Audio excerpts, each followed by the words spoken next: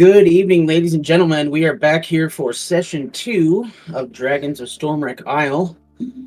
Last week, our 6 adventurers met on the deck of a ship going from Neverwinter Harbor to the island of the Stormwreck Isle. They all had different reasons for going there, and they managed to see a couple of beasts fighting in the air, one of which shot an a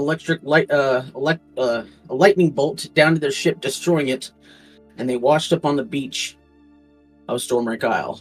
They met the inhabitants of Dragon's Rest, including a few kobolds, a couple humans, and the person who runs the place, Renara.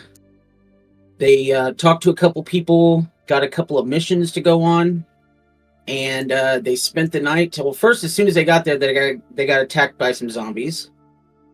And then later, as they were in the middle of the night, they got attacked by some zombies, and one of the party decided he was going to be a dragonborn pinata and did a sick leap off of the Temple of Bahamut and hung there while he zotted a zombie with his cleric powers. And they finished off the zombies and were again... Tarak asked them to go to, let's see here, to go to Seagrow caves so that he can get more mushrooms so that he can make more potions. And so you guys, I believe, had decided that you were going to go to Seagrow caves next. And so early the next morning, you guys meet up for breakfast, although the breakfast was not quite as good as the night before because Tarak was not cooking. Breakfast was served by one of the kobolds, and he basically served you slop with a pine cone for flavor. So, that is where we left off. It is, we'll say, right after breakfast, so it's fairly early in the morning. And you guys do know that you want to get to the caves during a certain part of the day, so you get there at low tide versus high tide. And let me double check some information here. Because low tide is between midnight to sunrise and between noon and sunset. So either early in the morning or mid-afternoon is when you guys want to arrive for low tide. So I believe you guys were getting ready to set out across. Your plan was to hike across the top of the map, which let me load the...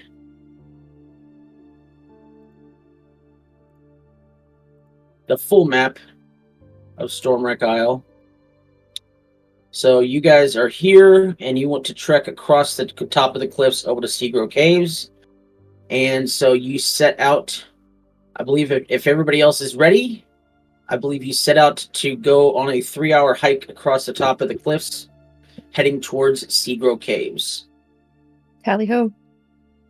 Tally-ho. All right, so you guys... set out to hike. Let's see here. You're working your way across the top of across the island, across the top of the cliffs. And as you make your way through the island, a strange feeling creeps up on you, causing you to pause and look around. Even though the cliffs are seemingly empty, you can't shake the feeling of being watched. The hairs on the back of your neck stand up. The snap of twigs underfoot, and even the gentle whistle of the wind seems amplified. Each noise feels like a potential threat, and you find yourself scanning the area for any signs of danger. And I'm going to... So you guys, as you can see, you're up in the upper left-hand corner of this map, and you're moving, you're wanting to move in this direction. I'm going to ask everyone to do me a perception check. Let me see here.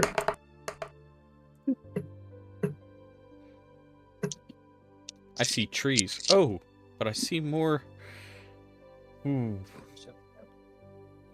All right, so Moko's perception is a 23.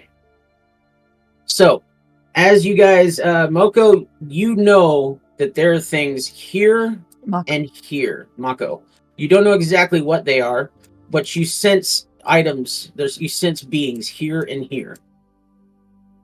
So just as you think you caught whatever might be watching you, you hear a yipping sound erupt around you as a group of kobolds, and we're going to go ahead and let's see here.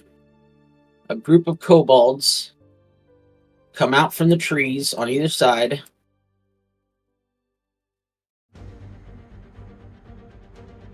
Most of them regular, but one seems a little bit different than the others.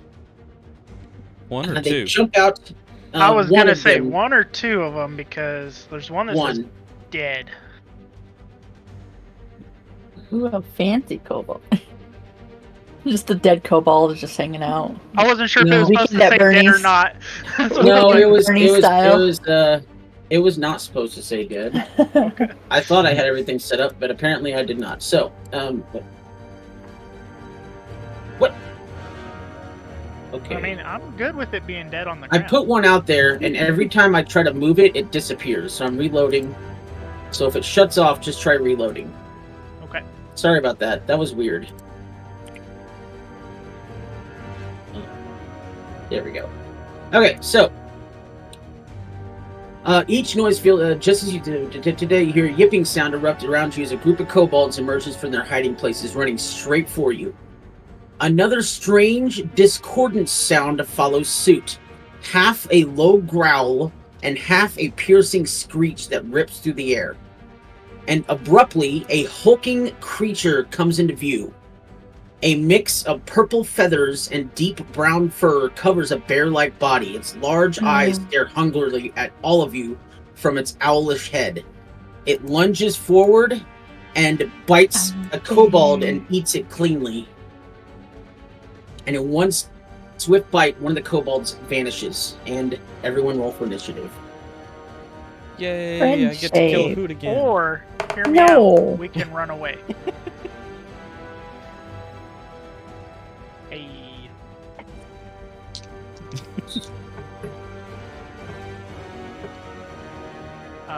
Mitch, no. At least not for me. Brad, make sure that you tell your wife we're killing Cody. I will. She's gonna find you. Not hard to do. We have his address. No, you have my old On address. vacation. That's what you say. It's a quick message to your wife. She'll send it to Jess. No.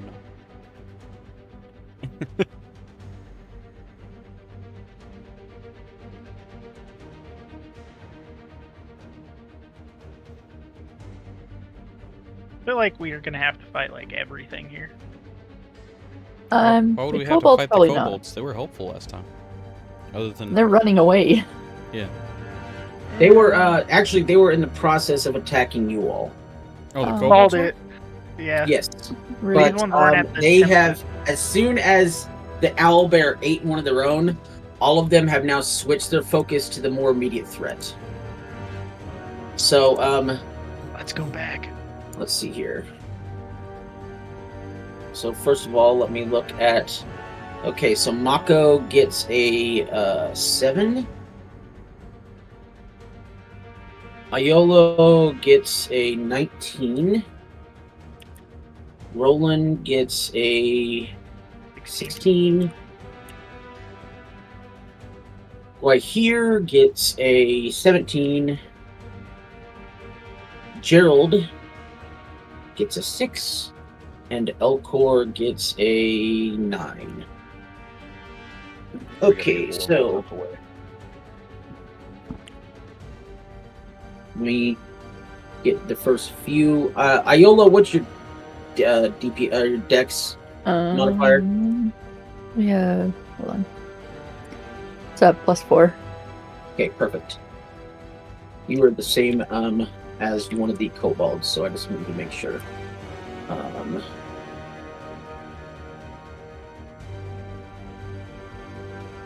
Sorry, I'm trying to get everything.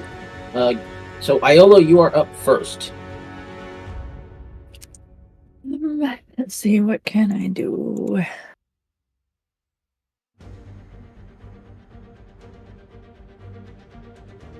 keep in mind. Actually, hold on a second. No, Mhm. you're not. Oh. I'm a dumb person.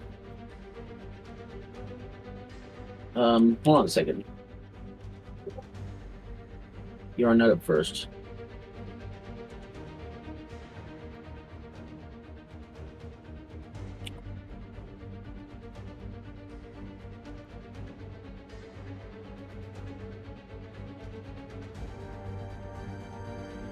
First up is Kobold 3, and he is going to run over and he is going to attempt to whack the owlbear with a dagger. And that is a 12. And that will that will hit the owlbear. No, it won't. I lied.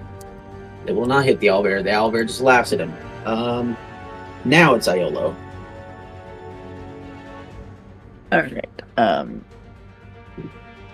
Let's see.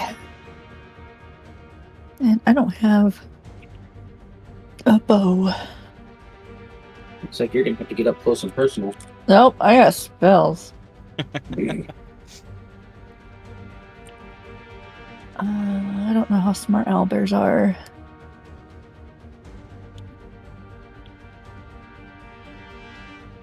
Okay. I think I will just use Vicious Mockery on the owlbear. Okay. Now, which is Vicious going to be a Mockery, 13 Wisdom save. 13 Wisdom save.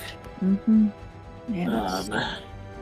It gets a +1 to Wisdom. That's a 12. What's the spell save? 13. All right, so that's a failure. So what happens on a failure?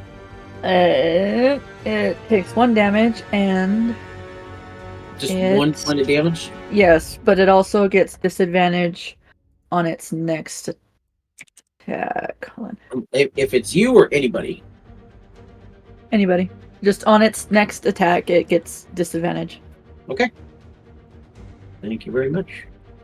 Next up is the winged kobold, and it is also going to fly over here and attempt to attack the kobold. And it will also make a dagger attack. Let's see, 12 plus 5 is 17. That will hit. Follow my d4s. That's a bit.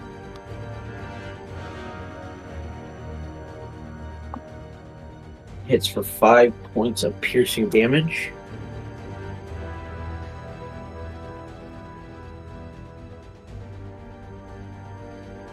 Okay, next up is Guahir.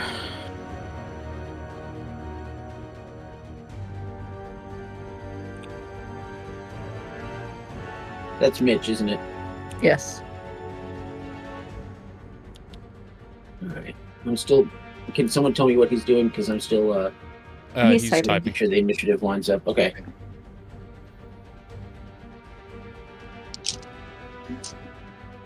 Rush up and throw your javelin at the owlbear. Okay. How far are you rushing up? Are you just going to stay where you are, or are you actually rushing forward?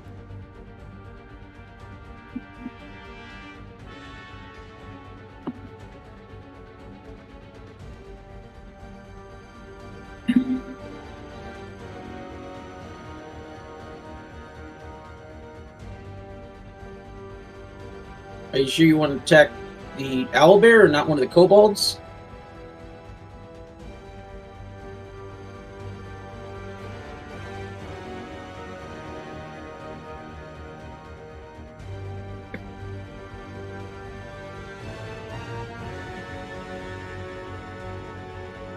I moved you.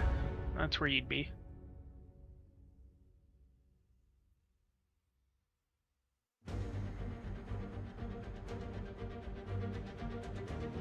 Alright, if you're sure, roll me an attack.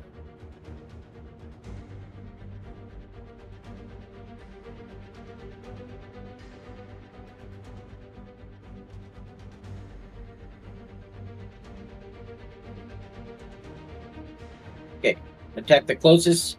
So that's probably either going to be 4 or 2.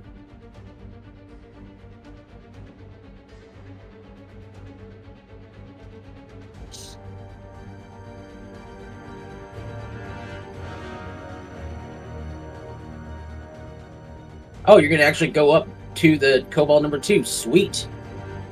Shield and mace.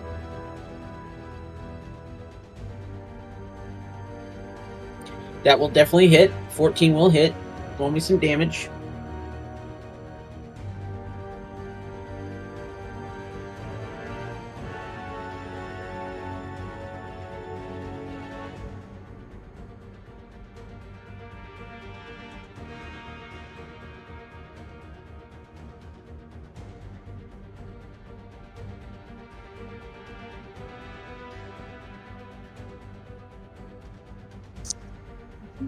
Said it's a 5 though, it's not showing.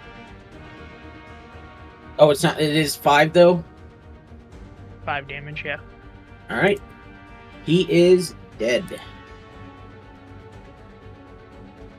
Poor squishy kobolds.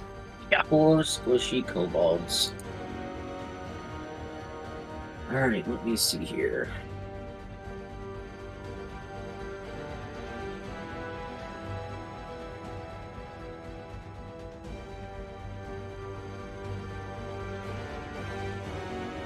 All right, so that was right here. Next up is Roland. Alright, so seeing the big guy there, I'm gonna go ahead and cast Firebolt at the owlbear. Okay.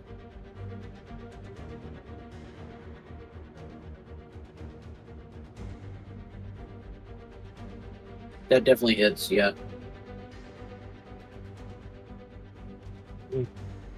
That's the type of damage we're doing today. 1 point of damage. Awesome. Does it catch on fire? No. Cool. Smells really If I bad. have to, though. I'll take you a piece at a time. Yeah, burning feathers doesn't smell good. That's why I was hoping it'd catch on fire. All right, next up is Owlbear. The Owlbear is up next, and it is going to take a bite out of this winged kobold. That It just does came have over. disadvantage. And yes, it does have disadvantage. But it's going to attempt to bite the winged kobold, and it actually has a multi-attack. Does it have a disadvantage on all of its attacks, or just the next one? Just one, just his next attack. All right, so it's going to take a beak and a claw attack. So it's going to try to beak the winged kobold. With disadvantage, that's going to be a 12, which is enough. Well, And I it tried. does Yeah, you tried. a D10, which I need to find my D10s. That's a D8. That's a D12. I'll get there eventually. There we go. The D10 always disappears. So that's 4 plus 5 is 9 points of piercing damage on the winged kobold. It is dead. Let's see here. Why I wasn't going after the kobolds, because the owlbear can take him out. Let's see here. So the winged is down. Make a good distraction. And it's with its, so the winged is down, and then now that it's dead, it's going to take its second attack and attempt to do a claw attack on Kobold 3. And that is a natural 1, so that will be a fail. And next up is Elcor. Oh. Elcor, seeing the short work that the owlbear is making of the kobolds, is going to take this opportunity to damage the owlbear. Okay. Gonna come to there. Ah, there we go. Come to there. And is going to guiding bolt the owlbear. Do it. An 11. That will not hit, unfortunately. Yeah. Okay. So in that case, do we still have cantrips as bonus actions? As long as it says bonus action, I'm using the same rule that you have. Okay. Let's see, so actions. Yeah. Okay. In that case, that will be the end of my turn. Okay, next up is Mako.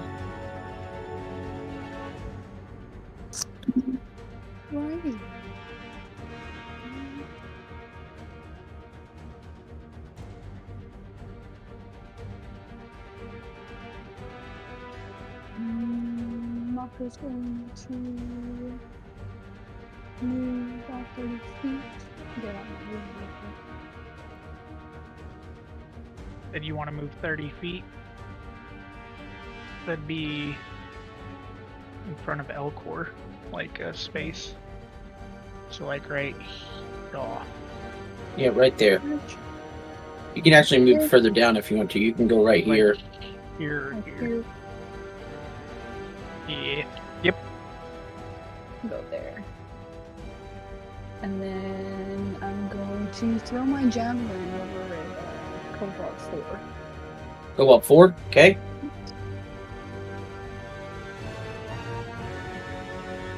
Definitely hits.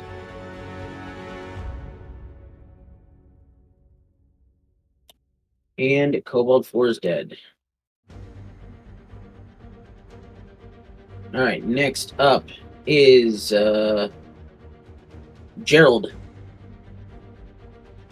Yes, Gerald would like to also move 30 feet forward, which would be right below Mako, right? Yeah, basically right in between Guahir and Mako. You were right here. You could get there or right in between Guahir and... You can't quite go that far because that's like 35 feet. Yeah, right there. Perfect. Alright. We'll go right there, and we will attack with our light crossbow. Okay. And what are you shooting at? We will attack Kobold number 1. Okay.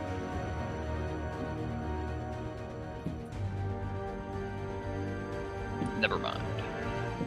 Yeah, unfortunately, that will not hit. You have a bonus action you'd like to do?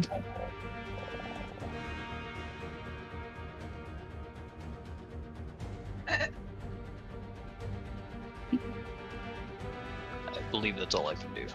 Okay.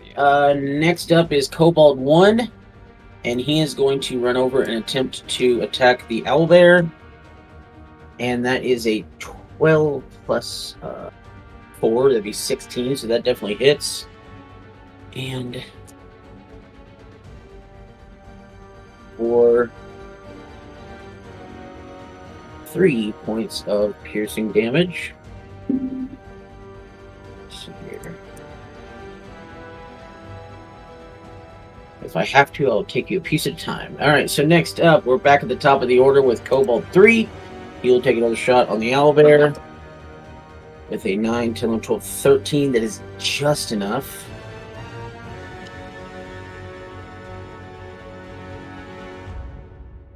And with a D4, it's 4 points of piercing damage. Next up is Aiolo. All right. She's going to vicious mockery the owlbear again. So Okay. wisdom saving throw. Wisdom saving throw on the owlbear.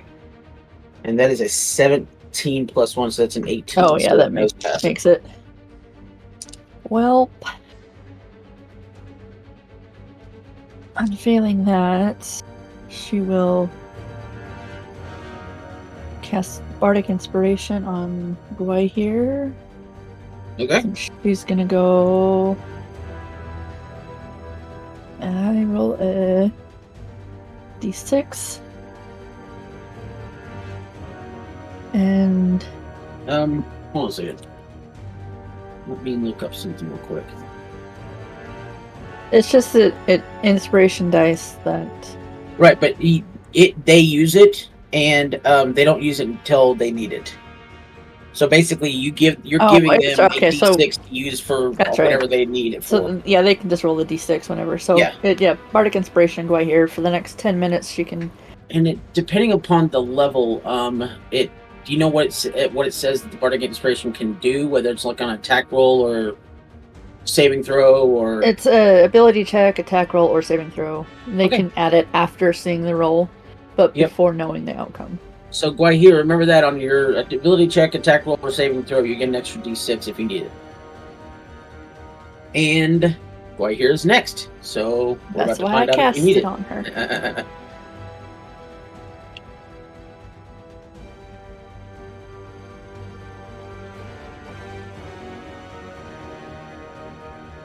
I think Mitch To is trying to clarify, is the owlbear within melee striking distance of you? No. Of it? No. Wait, it's not from you guys.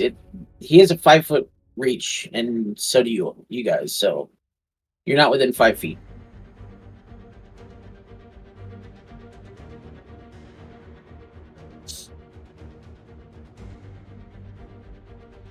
Oh, if you go up to it, yeah, you can go up to it if you want to.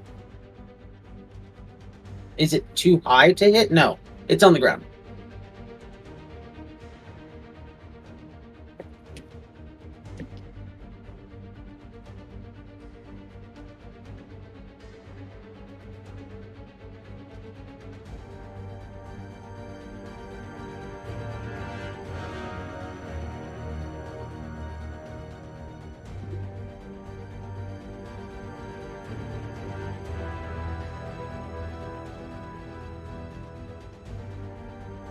Sorry for the silence, y'all. I'm just waiting to see what Mitch wants to do.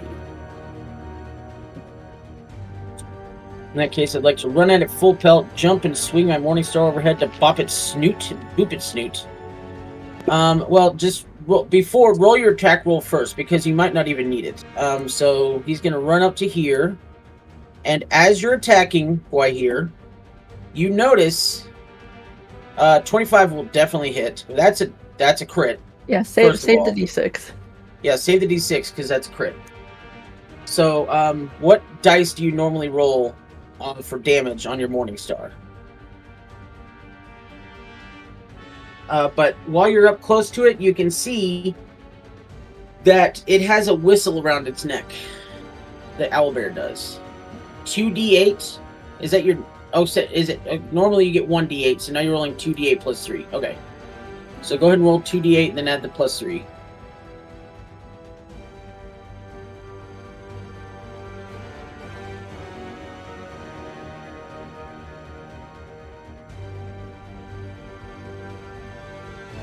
So that's 13 points of damage. Okay, let's see here.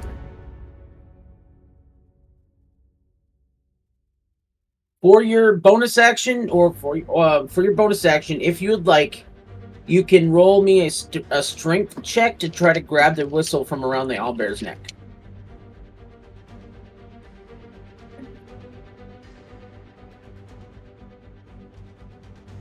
If you would like to.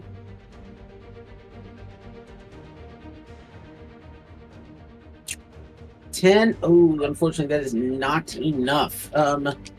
So that will be the end of your turn. Next up is Roland. All right. So I'm gonna move up a little closer, and Why here Gonna you had a do- d6. that is true.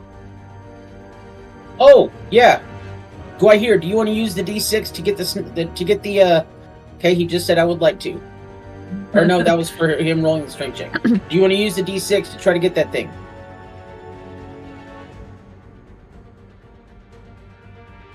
I want to, yes. Okay, so roll the D6, because you had a 10. You need... It's a 1. That would suck. I'm calling it. I'm just saying. It's a 5. five. Okay. Okay. You are able to get the whistle. Now, I will go ahead and give you a free motion right now, a free action, to use the whistle and roll me an animal handling check. On your sheet, you should see animal handling. Unfortunately, that is not enough. We'll have to try again later. Okay, go ahead, Roland. Oh, sorry, I'm dying over that one. All right, so I'm gonna cast Firebolt Okay, at. on the owlbear. Yep, because I don't know. I can't see what we hear grabbed, so it just makes sense for me to attack the biggest enemy. Yep. That definitely hits. Let's do another 1 damage. Come on. Yeah, I did good that time. 6. I was waiting for the 1 though.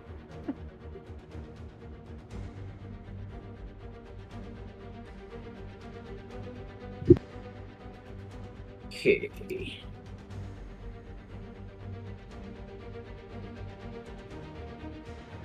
All right, next up is the owlbear, and he is going to attack these kobolds that have been plaguing him. So he's going to take a bite action on kobold 1, or beak action on kobold 1. So 15 plus 7, that'd be a 22. So that's definitely going to hit. He's going to roll him a d10. That is 9 plus 5 is 14, so that kobold is done. And then the other kobold number 3, he's going to do a claw action. 4 plus 7 is just enough. And that is going to be 2 d8s. Which is going to be 8 and 7 is 15, plus 5 is 20. He just killed that kobold 3 times over. So, that kobold is dead. That kobold is dead. All of the kobolds are dead. Let's see here. And it is now Elcor's turn. Okay. Elcor is going to run up. Do we have any kobolds that are still alive? No. I need to... Number Yep, 3 that's my is. fault. He is not. I just hadn't made him red yet. So, all the kobolds are dead. Do you want to take the whistle from Guahir and attempt an animal handling check? No, actually, I'm going to go to Guahir and I'm going to cast Guidance. Okay. Nice. If I can figure out how to cast it here, or how to show it.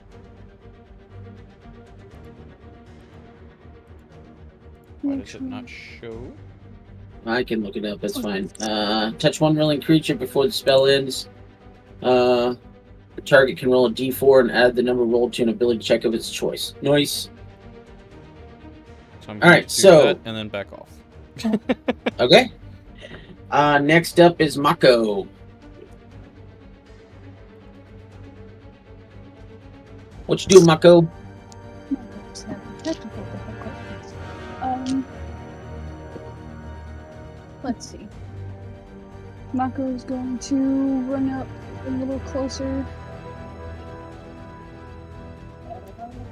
Might need to get a bit more closer. Try to get that bear.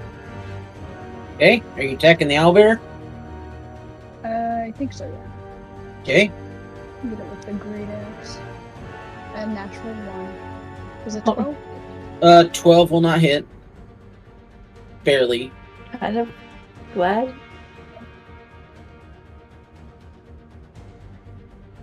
And I think that is all. Alright, next up is Gerald.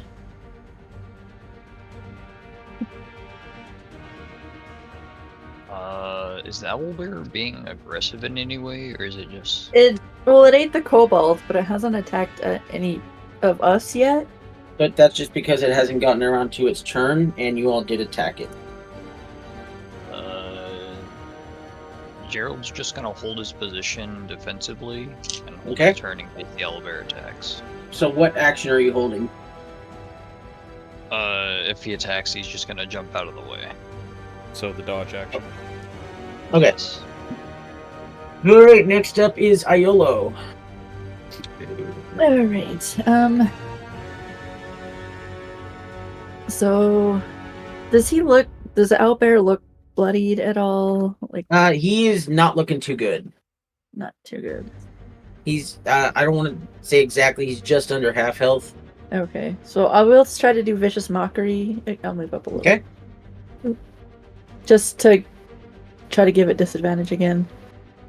Absolutely. And damage it by 1 point again. Yeah, you've got The to damage isn't what's important. Yeah, I know, I'm just messing. You have to knock down the health before you throw the Pokeball. Exactly. It's true. Right. So it needs to be to 13 wisdom. Oh, yeah, I forgot. I need to roll that. So that is a... God, I need to use a different die. I can hardly use it. 10 plus 1, 11. So it fails. So it how fails. much damage does it do? It's gonna be Well, what was the spell save? I think it. you said it 13. was 13, yeah, that's what I thought. Okay. Ooh, high roller. 4 damage. 4? Yeah. Hey. But it also has disadvantage on its next Correct. attack. Alright, Guai here. Are you going to try the animal handling check again? With your extra d4 given to you by the cleric? So would Bardic Inspiration stack with that as well? Well, he already used it. No, but I have 3 I can cast. Okay, yeah, if you want to try another one, it'll definitely stack. Okay, so he gets another Bardic Inspiration as well. So he has Alright, a so D6 and a roll your D4 that he can roll. animal handling check. Add the d4. If you're still short, add a d6. Don't mess this up. Nat 1. Don't roll 3 nat 1s. Okay. And this is when he rolls the crit. Alright, so with that, Save the the D6. owlbear, despite the fact that you guys beat the ever-living crap out of it, it is now your friend. Ooh. We So- had to beat it into submission. As soon as It's the literally a owlbear Pokemon. is tamed by you guys, and as soon as all of the kobolds are dead, suddenly you guys hear this voice coming from behind you. And out of following you, you see Blep. No, my brothers! My brothers! The owlbear got hungry. Even though they served as Sparkrender, they were still my brothers. I was hoping to bring them home.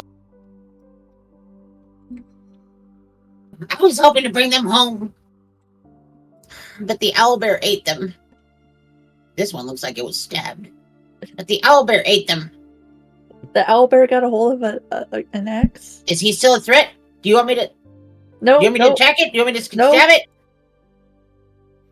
Sheathe your magical dagger, Blep. The reason I came out here is because I want you guys to take me with you. I want to help. I helped save Tarak's life, and I want to help you all. Do you mind if I see your dagger? You want to steal Blep's dagger? No, Stop just want trying to to take steal a Blep's look. dagger. Just want to take a look. No. Please, It could be useful. I feel like he could Alcor, ask please make him on leave me you. alone. Hmm. So, do you guys accept I'm Blep's gonna help? whisper to Elcor. I'm trying to get him to go back to the village. Or temple. Do you guys accept Blep's help, or do you tell him to go back to Dragon's Rest for his own safety? You guys think taking a kobold on our journey is a good idea? Let's turn this around. Blep, we need you to protect the temple for us while we're gone. I like In this case there are idea. Yes. more zombie attacks. Yes, Blep can do this, and then he runs away. Dang it! I had a He's whole like, character little sheet friend planned wants for to Blep. do I it. know and he you was gonna did, join guys. but He's a kobold I rogue, man. did see He the would've lasted character one round. in the Yeah. All right, so you guys can manage to kill all the kobolds. Well, one of you did. A couple of you did. The owlbear took care of the rest. So you guys continue on your journey, and you might finally manage to make it. You guys have no idea what you just missed out on by I know, right? dismissing that kobold. I guess I can leave the chat now. Oh. No, you can come back to the Listen. chat in 3 Poor weeks. dead You can bear. come back to the Listen. chat in 3 weeks, Red. Let's see here. So you guys continue on. Can Mako pick up her javelin before we leave? Yes, No, Mako real can quick. pick up her javelin. Red, I don't think you understand how uncomfortable I make Blep. This is true. Alrighty, let's see here. Did we get any useful items off those kobolds? No, you did not. They were carrying literally nothing. Can I pick up They my spell had slot? crap daggers. Do what? Say, can I pick up my spell slot that I No. missed the owlbear with? No. Let's see. Can I here. cast Healing Word on the owlbear? I mean, sure if you want to, but as you guys leave the forest, the owlbear goes no further. Oh well, And If you Well, then attempt forget it. to make him leave the forest, he will become hostile again and try to eat you all. Aw. He seems very happy, and as you guys leave the forest, he goes bounding back into it. Then I won't actually cast that. Yeah. He seems like a I don't know why there's 2 Rolands. Hold on a second. Who am I Because missing? I'm cool. Got up on stuff too. Who am I missing? I got Guahir. I got Gerald. I'm missing Elcor. There's 2 Guahirs. He was taking a nap somewhere. Iolo. Yeah, he was. Alright, so you guys make it to Seagrow Caves. And you guys are walking basically along these cliffs up here, looking down into the water. And let's see here. As you get closer, right around here, you'll notice that there's some stairs that actually go down. So this little line is actually a platform. And since you guys got here just after noon, it is now low tide. So this area right here is able to be walked on. And there's a small staircase that runs from here down to this platform that will allow you all to go into, as you can see over here, the entrance to the cave system. You see this staircase that leads up into the cave system. So go ahead and bring your character tokens down this staircase, and then line yourselves up on this walkway. It's just about wide enough for 1 person at a time, and let me know what your marching order is as you guys come through here. Mako, I'm gonna actually pull you back right around here, because that's as far as you get before something happens. But in the meantime, let me know what y'all's walking order is.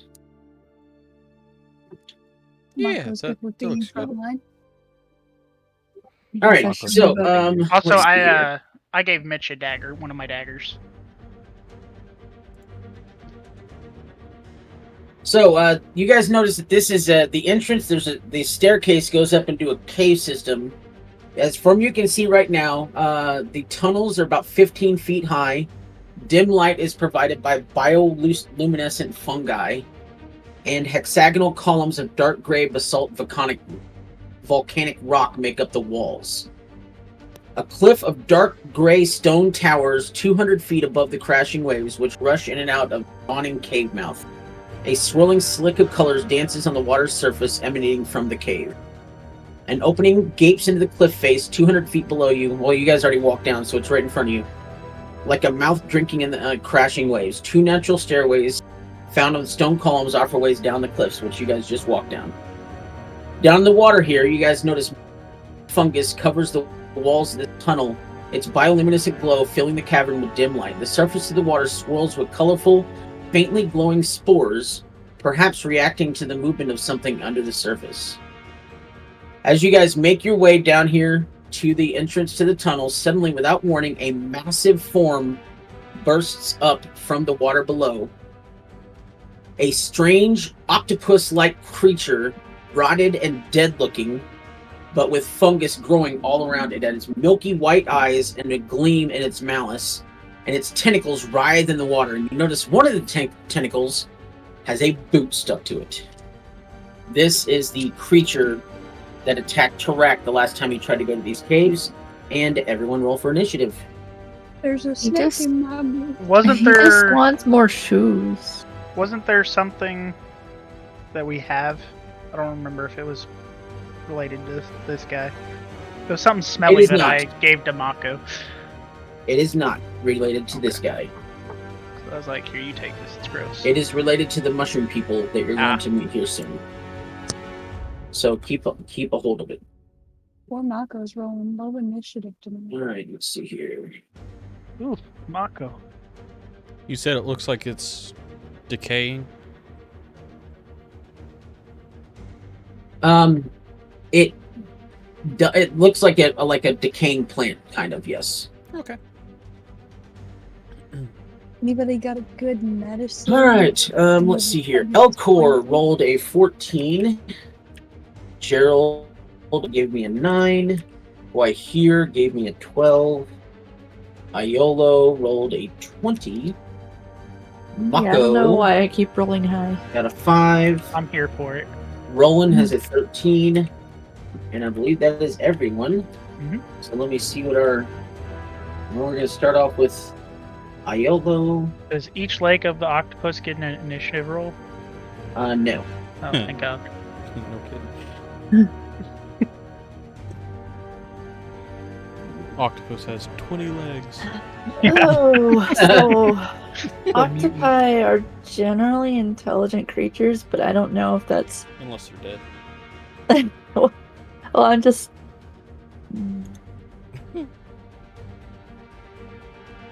It Okay, seems, first up is Aiello. yeah. I just think that I might want to try hideous laughter. Okay. Okay. Basically, it. I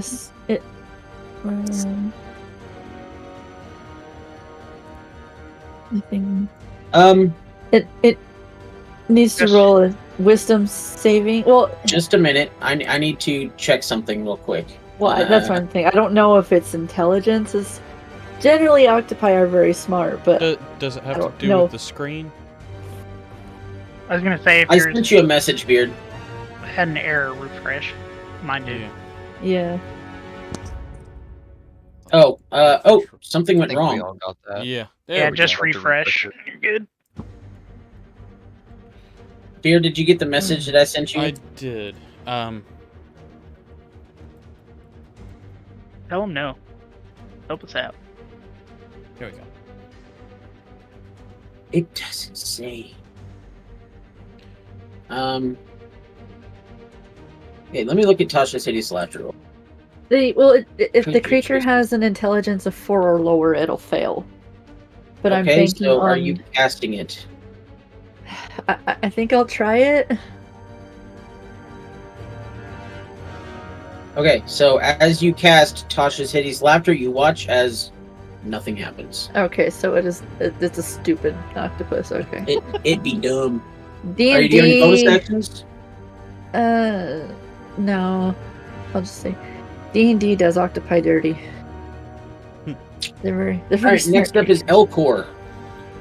Elcor, seeing this thing looks like it is dead and has fungus growing on it. I'm going to start out with Sacred Flame on it, just to test Okay. it out. So that is a 13 dex save. 13 dex save. It rolled a 4 and it gets a +1, so that's a 5. Nice. Yay. Oh, something went wrong again. What? There we go. It's just D&D Beyond being special. Yeah. All right, so how much Okay, so damage does it do? If I try and open the chat log, it does it. Oh, yeah, that's just what did that happened. to me too. Okay. Okay, so don't open the chat log. Y'all are gonna have to tell me I what the did damage is. one damage. Oh, I can see it. All right, Yeah. so, alrighty. It takes. All right, you can see the flame appears on it, and you can tell it very much hurts it, and then that's it. Okay. And that will be the end of my turn. Next up is Roland.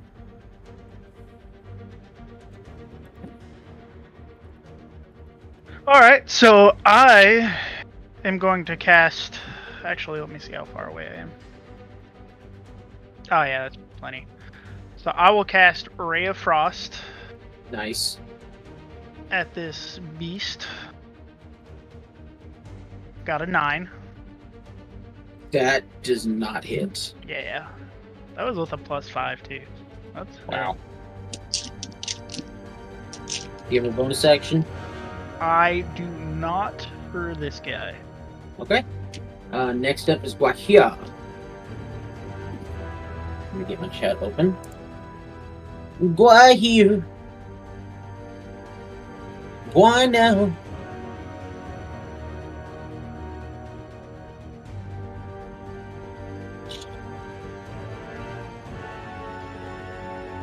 I want to ask Beard if he's interested in trying to fry this thing with lightning.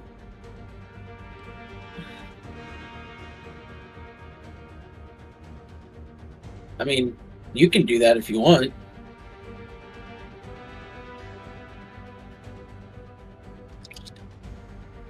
Oh, he wants Beard to do lightning. I don't know if Beard can do lightning. That's what he's asking. So Beard, I can, Mitch is but it's not my asking. turn. I think Beard has a lightning breath attack. Yes. Oh, I see what you're saying. Yeah. Because he's a blue dragon. Mm-hmm. So are you going to use your breath attack, Mitch?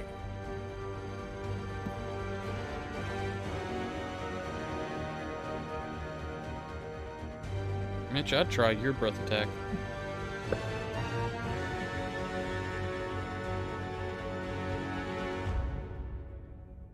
Hit it with everything until we find out what sticks.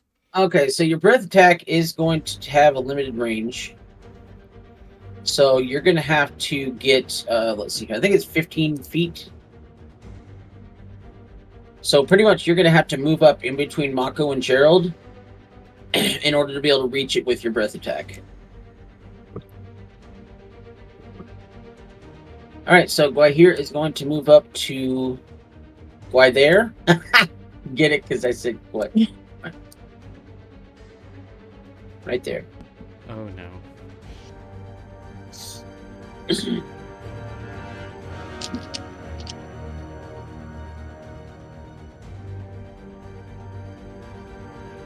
Like Beard throwing in werewolves in the last campaign, just so we can make a werewolf joke.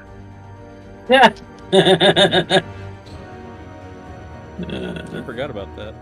I didn't. But it was great. It says it's a 12. Oh, I have to roll it. It says it's 12 dex. I rolled 14 plus 1. So that'd be 15, but I think. Holly, you need to scroll in. Red can't see the map. Sorry, I was scrolled in, and then the window I had to refresh, and I just didn't go very close again. So does it do half damage on a success?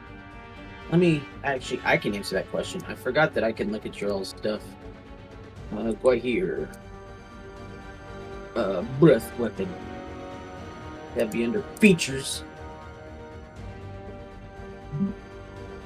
Once per weapon excludes each creature in the area must make a DC saving throw on a failed save, half on a success. So, what is your damage roll, sir? You have to roll 2d6. Yeah. 7, so that'd be 3. So he takes 3 points of fire damage. The octopi does. Okay, so we just learned that him having fungus all over him does not make him susceptible to fire. Next up is Gerald. What you gonna do, Gerald? Gerald would like to attack with the crossbow again. And Cool. hopefully actually attack this time. Shoot its face.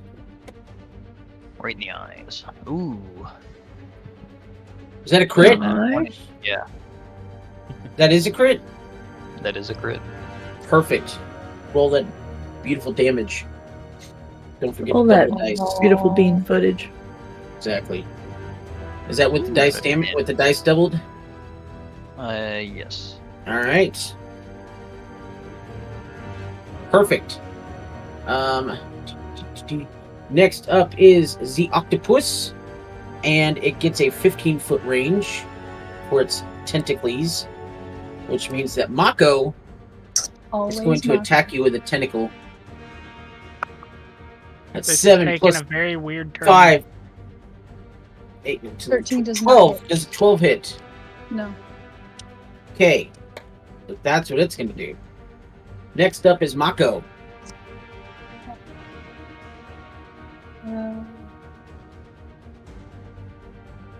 Sorry, brain fart. Yeah. Who's going to throw her javelin at it? Do it. That's a natural 20. Yeah, definitely hits. Jeez. Another natural 20. Well, you guys are rolling in the crits today. 8 points of altogether? damage. It does not look very good. It looks hurt. Next up is we're back at the top of the order with Iola. So I'm just gonna go with Vicious Mockery. Do it. DC 13 save. Wisdom. Yep. Roll a 17, and it gets a Well- -2, so that'd be a 15. Well, darn. I tried. It's dumb but wise. Apparently. Next up is Elcor. Okay. Well, let's do this. Are you gonna do? Well, I hear you can't go there because that's a wall. So you'd have to like move past Mako or something. But you can't go up here because that's like a 200-foot wall. All right. Dex save of 12. Are you gonna use your electric breath weapon? So did you? I gotta get within 30 feet, so I'm gonna go here. Yep. And Dex save of 12. He rolled a 5. Oh, So full damage. What you got for me? 2d6 lightning. So 5. Don't know if him being in water makes a difference or not. It did not, unfortunately. Okay. All right. Next up is Roland. Alright, I'm gonna move a little bit closer just because everybody else is. Then I'm gonna cast Ray of Frost on it again. Yes. There we go. Is that another crit? No, it's 19 plus 5. All right. It was close. close to a crit. It was very, but not quite there. Hey, got an 8 damage. Nice. All right. So let's see here. And its movement speed, if it were to move, is slowed by 10. Yeah, it doesn't move. Alrighty, next up is Guahir. What you gonna do, Guahir? You jumped very high. You don't jump 200 feet, man. Sorry. Do an athletics check.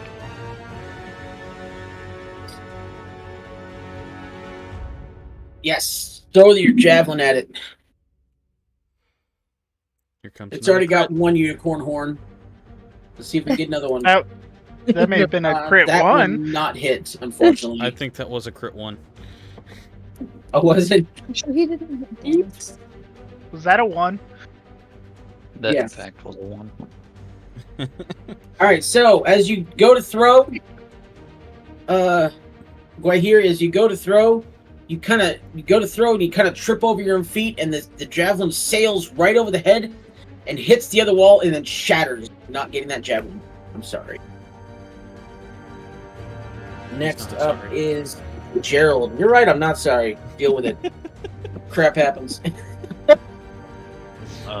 Seeing as he did so well hitting it last time, he's gonna go ahead and fire off again with that crossbow. Do it.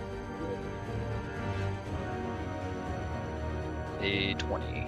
Yeah, it'll definitely hit. Alright. 11. With 11 Golly. damage. This thing is on its last legs. It is very More bloody. than my critical It is damage. hurting a lot. And let's see here. Actually, wait, hold on a second. It actually does move. I lied earlier. And with all the damage that Gerald has been sinking into it, it is not happy. And it's going to move over here. And it's going to do a tentacle attack on Gerald. Woohoo! With a 15. Does a 15 hit? A 15 misses, and I have Repose as a reaction. Okay. Do it.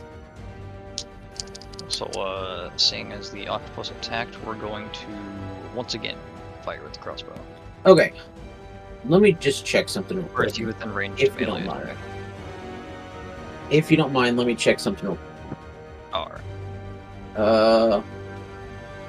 So Repose lets you do an immediate attack if you After get this. attacked as a If reaction. creature attacks me and I miss, or Hold on, I think I could pull it up in the. When a creature misses you with a melee attack, you can use your you can use your reaction to expend one superiority die to make a melee attack. So it has to be melee. You cannot attack me with your crossbow. And he's not within melee range. You can move to be in melee range. Is the I'll say that you tentacle can. in melee range? Wait, I was gonna say. The tentacle, he has a 15-foot reach. It's still considered melee. Mhm. Melee, I don't know. A lot of people say it differently. I said melee for years, and then my brother-in-law just keeps calling it melee. So I have no idea. Your brother-in-law is wrong. Okay. So do you want to move into melee range? So that you can get your riposte? Yes. Alright, so you can go swimming, but I mean you can swim and stab him. That's fine. I don't have a problem with it. Yeah, you enjoy that. So what are you gonna stab him with? Rapier. For 20. That'll definitely hit. Roll that D8 plus 3. Then I also add the superiority dice to it, don't I? It's not necessary because how do you want to do this? Oh. Since it attacked me, I decided to join it in the water for a jousting contest. So you guys see that Gerald got a little bit pissed off that this octopus just reached up and tried to attack it with its tentacle. So he just leapt off into the water and drove his rapier down into the face of this octopus, and it is dead. By the way, it's not. Just so you know, it's not undead because it's technically, according to the thing, it's technically considered a plant. It's called a spore servant octopus. So it's dumb because it's a plant. Yes, pretty much. So you guys successfully, and you guys also get Turok's boot back, by the way. So you guys move past after you kill the octopus. You guys move past into the cave. So everybody move up to the entrance of the cave, and then I will release the fog of war and show you what we're looking at. I want to go then up here. I'm not done yet. 1 second. Nope. Other way. There you go.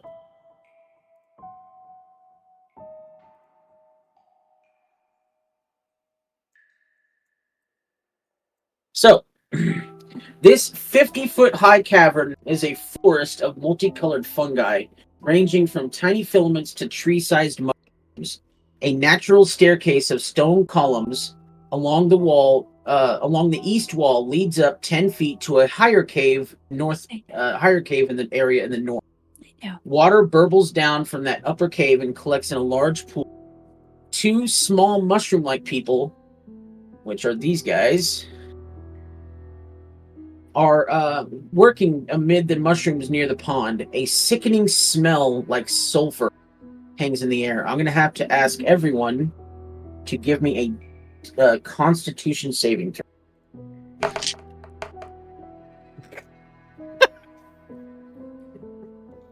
Just a straight D20?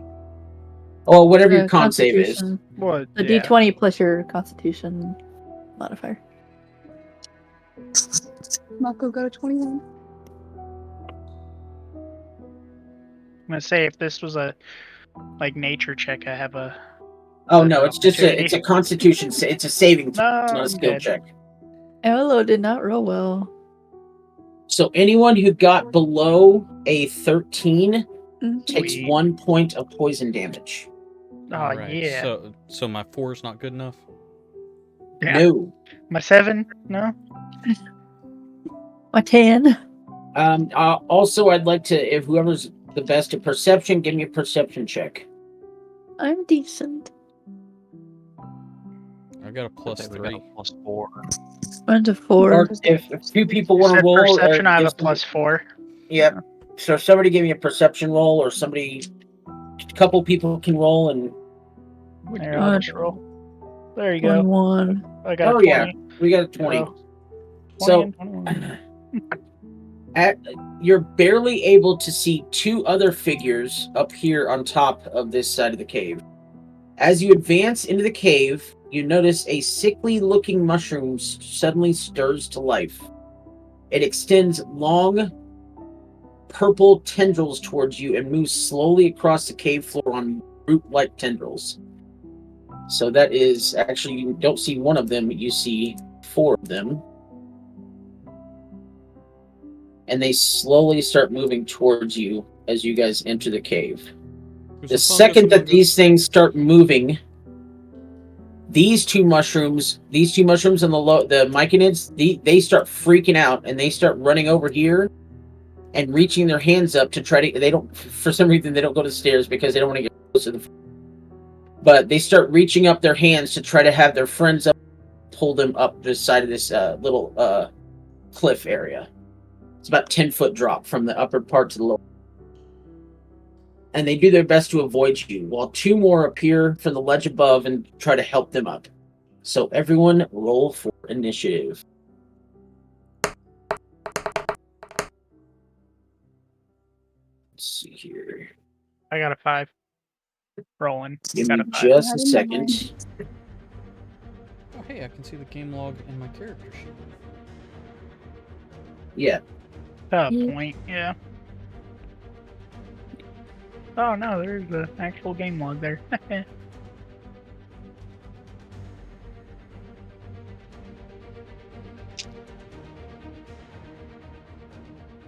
Sweet. Oh gosh! These guys are not going anywhere fast. Pretty sure they rolled better than me.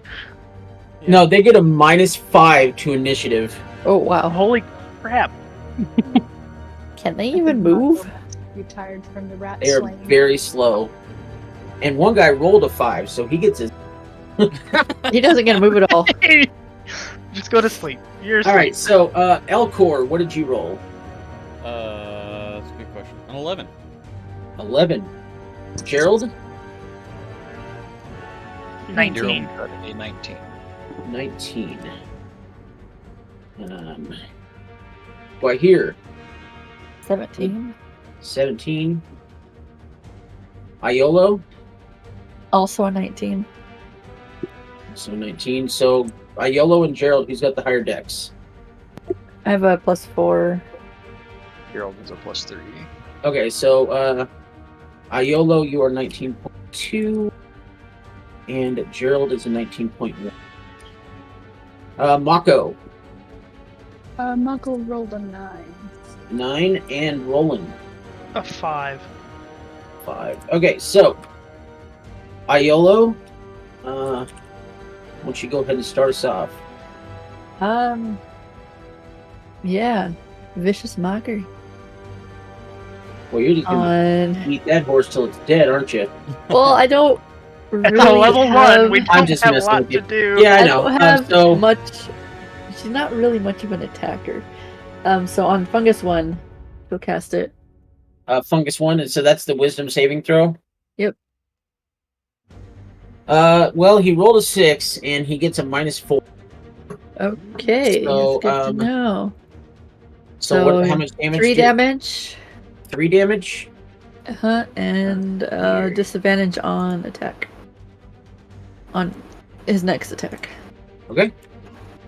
Next up is Gerald. Didn't you do that? How far away? Ignore Mako's Little. initiative roll. I clicked the wrong button. I mean, he'd much rather have that one anyways.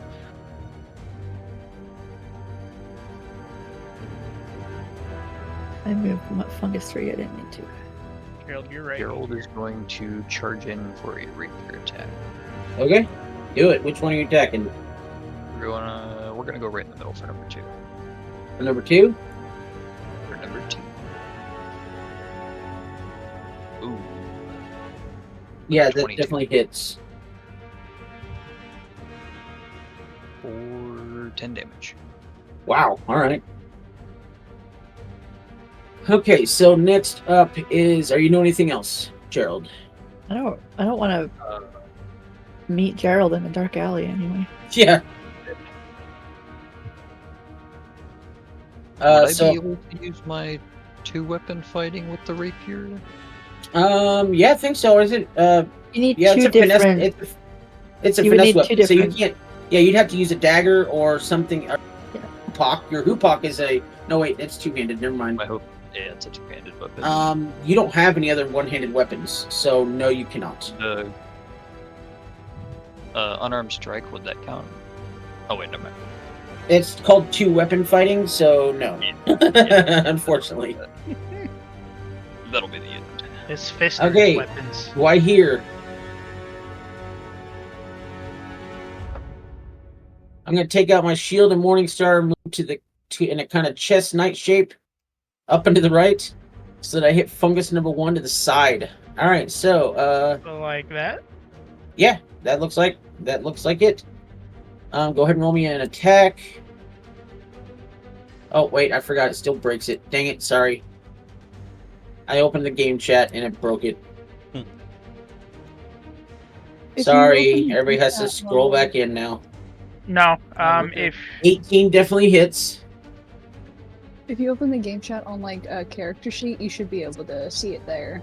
I've Okay. noticed it hasn't been crashing. For 9 points of damage. Alright, let's see here. And that was on Fungus 1.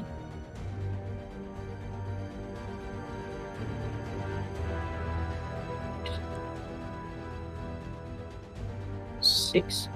You gonna do anything else? Actually, I should have asked. Want to dump a Divine Smite in? Since you've already hit, you can add Divine Smite at any time. Burn a spell slot. Bye, Red. Thank you, bud. Yeah, No. you're Paladin. No. Level 2, remember? Oh, dang it. Never mind. Sorry. stop I keep giving us forgetting. hopes and dreams. I Shut up. know. Just level us up already. We can have some fun. Oh, shut up. All right. So, are you doing anything else with your? Do you have a bonus action you can do? No, you cannot suddenly level up. For No, bonus action, I'd like to level up. Yeah. Now I feel like Beard talking to me. Is that an option? I have a bonus action, but I'm not sure if I can do it. Okay, what is the bonus action that you're? Actions. Bonus action. 2-weapon fighting. Well, you have yep. the shield out. Yeah, you have the shield out, so you don't have any other weapon. That is a Yeah. good point. Thank you. Shield bash isn't a thing? There's- Shield. No. There's not an attack roll for it. Okay, so Shame. next up is Elcor. Okor. Okay. To save spell slots, we're going to do a crossbow roll on Fungus 1. Okay. Yeah. So that'll hit. Okay.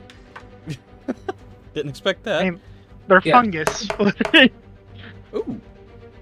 You're dumb and slow. Okay, so you guys watch as Elcor pulls up a crossbow bolt, fires it, and it sticks in this fungus, and it stops moving. Woohoo. I did something. So next Odd. up, The one is, with disadvantage died. Next up is Fungus 2, and Fungus 2 is going to go right up to Gerald here, and he's going to do a multi-attack, and he gets 1. That's a really cool multi-attack. He gets 1 rotting touch attacks. So that's a 15 plus 2 be 17. Does it 17 hit? A 17 hits. Okay, so that is going to That's my be... AC. That's going to be 5 necrotic damage. Well, that hurts. So that was fungi number 2. Fungi number 1 is dead, which means we're moving on to Mako. Alright. Mako would like to burst into rage. Perfect. Mako is going to rage. And then move up towards Fungus 3. Okay, And hit another great axe. perfect. That'll hit. And then damage, it's gonna be 12 plus 2, so 14. 14 damage. Yes. This thing does not look good at all. Next, do you have anything for bonus action? I can't do two-weapon fighting because I'm Okay. using a two-handed weapon. Yeah. All right, so next up is Fungus 3, and it's going to take a step up, and it is going to do a 2 attacks on Mako. Let's see here. 12 plus 2 is 14, and 18 plus 2 is 20. 20 does hit. The 20 does hit, the 14 does not. 14 does not. That's going to be 8 points of necrotic damage. Ooh, ow, my head. And next up is Roland. 7 hours later. Now I'm gonna use a Firebolt on Fungus 3. Do it. Thank God for my plus. That hits. Actually, I didn't move up there. And then, how do I get rid of this? Go away. Yay! 3 damage. This thing, if you breathe on it, it's going to follow. It is very close to death. Next is Fungus 4. And Fungus 4 is going to step up and do 1 attack on Mako. 11 is probably going to miss. 11 does. Okay. Next up, we're back at the top of the order with Iolo.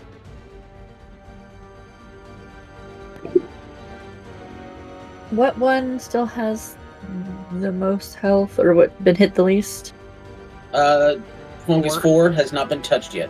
Okay, a vicious mockery on that one then. He rolled a natural 20. Okay. Really? Yeah. I'm just useless. My first natural 20 of the night. Well, Do you want to do a Bardic Inspiration on... I only have Roll? one more. Oh, yeah. I don't Okay, that's fine. feel like I kind of want to save it. Yeah. Next up is Gerald. Yeah.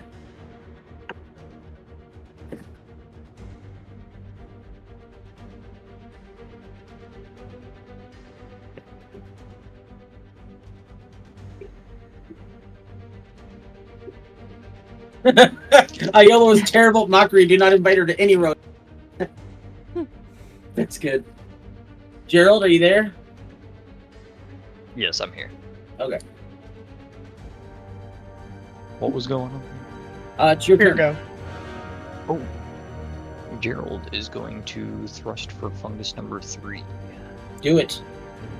Stab it in its fungus face. 11. That'll hit. Ooh. For 9 damage. And you slice it in half. Ooh. Fungus number 3 is dead. Now we can make a salad. Sure. Probably tastes absolutely disgusting. Next up is Guahir. Kobolds might like it. Yeah, maybe.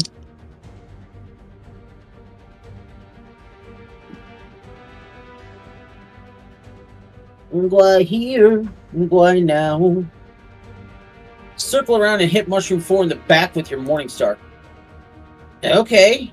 And I'm going to... We're going to play around with stuff a little bit. And I'm going to give you advantage. Because you're...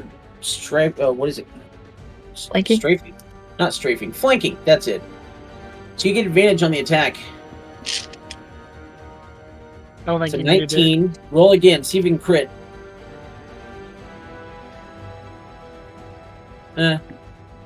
7. Did you roll twice? Because I'm giving you... Oh, okay. 18. So 7 points of damage.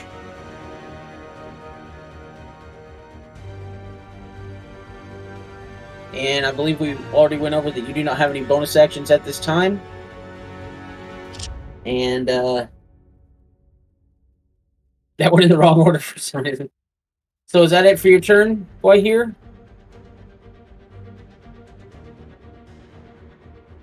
All right, Elcor, you're up.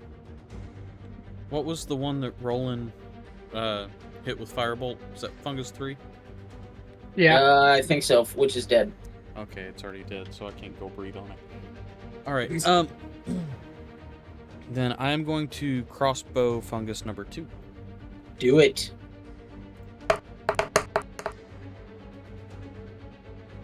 Definitely hits. Like 4 times over.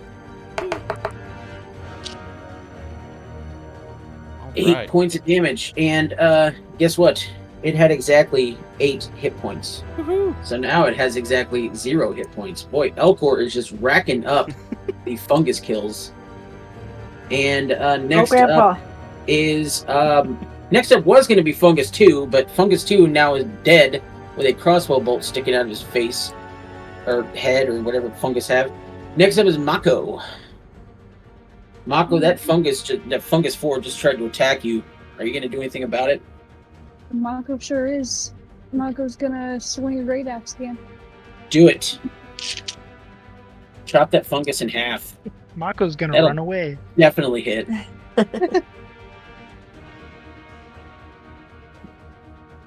14 plus 2 is 16. Oh, yeah. So you guys watch as Doesn't even have that much health. Like, no, max. not even close. you guys watch as it had not even half that. You guys watch as Mako just brings a great sword in the air and just slams it down and just slices this thing perfectly in the middle. So, congratulations, you guys. And with the violent fungi defeated, you can see that above, near the upper pools, the 2 mushroom-like people look down on you. And as you guys get closer into the cave, we'll say everybody's around here, you notice that one of the mushrooms surrounding these fungus, it just looks like a regular mushroom, and all of a sudden, it kind of poof, and you guys see this cloud surrounding all of you. And this puff of spores emanates from them and begins to fill the air, and then you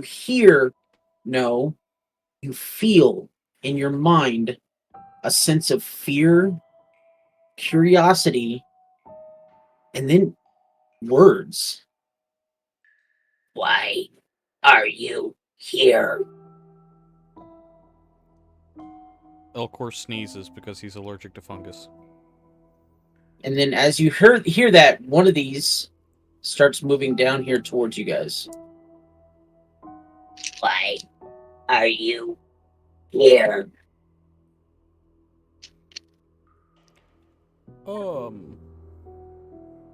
To be completely honest with you, I've already forgotten, so I'm following these guys. Do you remember why we're here? We were we were sent to investigate something that stole someone's shoe. Who sent you? I'll remember his name. And then you see, Tanak?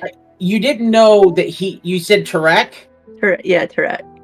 You didn't Was know it that Tarak? he had a nose, but as soon as he hears the word Tarak, he starts sniffing the air. You brought presents from Tarak. Oh yeah, the smelly stuff. Who has those? Mako.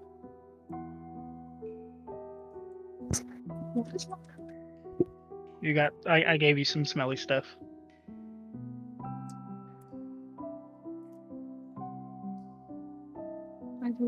I guess I will give the smelly stuff to the mushroom plant.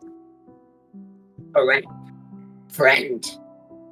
We will lead you and vouch for you. Next time I do this, I need to do some water. Roach said, on my throat. Just made friends with a mushroom and I was planning on eating them. You what? Nothing. I was nothing. So, do you guys want to ask it any questions, or? I'm gonna walk up to Mako and be like, they're telepathic. And then walk back. Oh, Yes, can't keep We my thoughts to hear myself. you. We hear thoughts. Because spores. Come. And then he starts leading you guys through this hallway. This myconid up here disappears and he manages to get these two, and they disappear down this hallway. And you guys manage to ask this one, and he says, name Hypsis. Hi, Hypsis. I am Mako. Do these spores, they allow us to hear them. Do we hear each other's thoughts?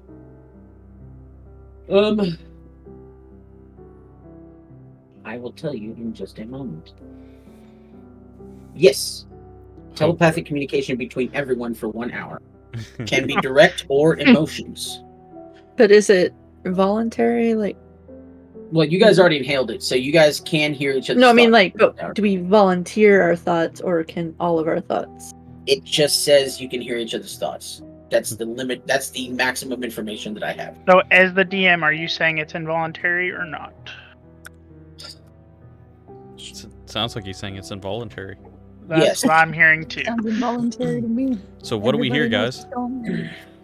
knows As you may have already realized, there is a blight that is spread through these caves. It is poisoning us, twisting our gardens, and even laying low our leader, Sinessa. The source of this blight is the tomb of the red dragon Sharuth beneath the island. Noxious fumes from the dragon's tomb filter up through the rock and vent to the surface through a cavern at the back of our cave. But the vent has become blocked, and due to our sensitivity to light, we are unable to remedy situation.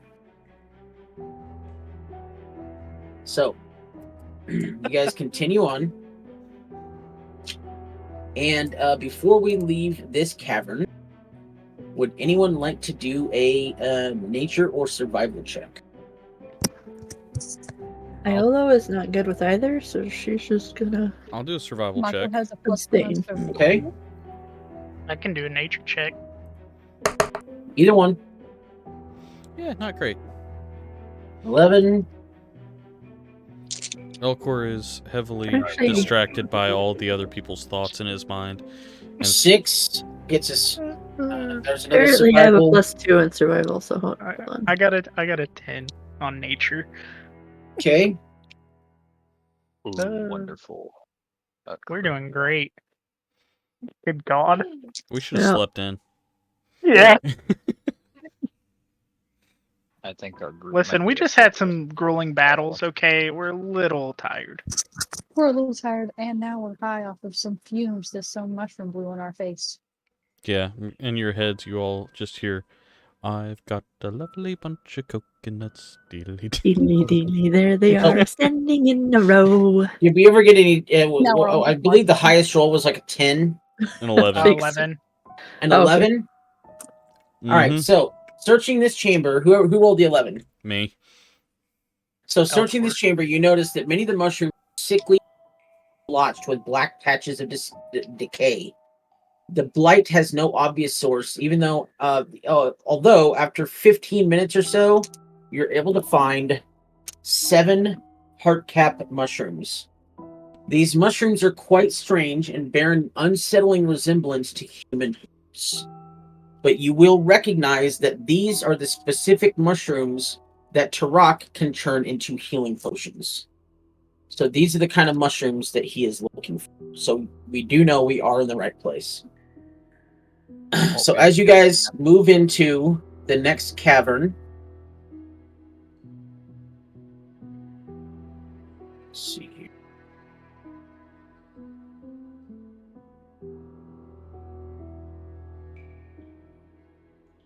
Yeah, as you guys move into the next cavern, this cave reeks of rot.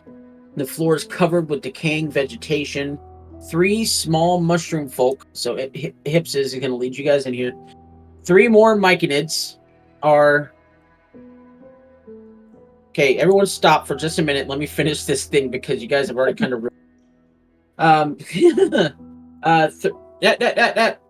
Stay where you were. Stay where you were. Stop moving. You were right there. You were right there. And I think you were in here, but I'll leave you there. I was gonna say I stayed right there. Three small mushroom folk are working amid the filth to the northeast corner of the cave. A bulbous object the size of a cart clings to the wall and ceiling, glistening like a blob of jelly. Well, we're going to try it again, even though everyone failed. Nature, give me a nature check. All right. That wasn't any better. Wait, is that for everyone or just... Everyone give me a nature check. Oh boy, me with my -1. My +0. I got a 13. Michael also has a negative Okay. 1. That's better than my +3 that you rolled, okay? So, when you guys walk into this room, you guys do not notice anything. But Hips he looks over into this corner of the room, and he immediately starts freaking out. So you see a sense of worry, and because you guys are linked telepathically, that worry now bleeds into all of you. And you hear words filter in your head. Be very careful. Sturges. Bad. Bad. They leave us alone because we lack blood, but they will pounce on you. And so he starts gathering his friends and leading them into this cave here. And then right as he leaves the room, you guys notice... Oh no, it's the flood. Elcor's thumbing through his book. Stir.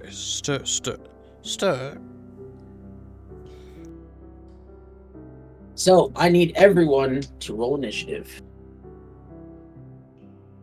Let's see here. Alright, so that's a 16. I will ask for them in just a moment. I just need to get everything set up. I can roll well on my initiative, but nothing else. Don't Yeah, you love when you roll just- a crit 1 on your initiative? Just put me last. Nope, that's my spot. Oh, that's you. Yeah, you're not allowed to have last. That's all I have left. Elcor is trying to figure out why these don't look like giant fish. After thumbing through his book and coming to Sturgeons. That's funny. Okay, so these guys...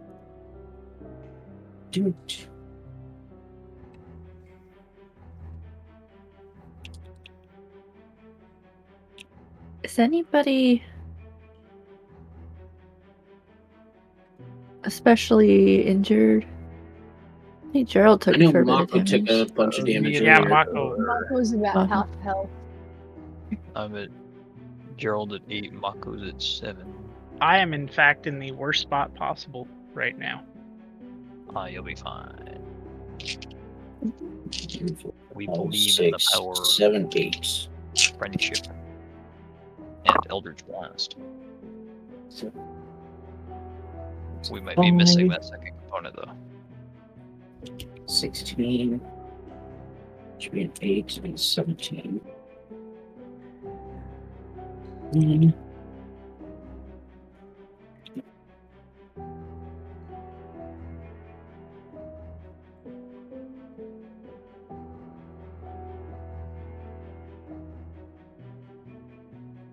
All right, Elcor. What is your initiative?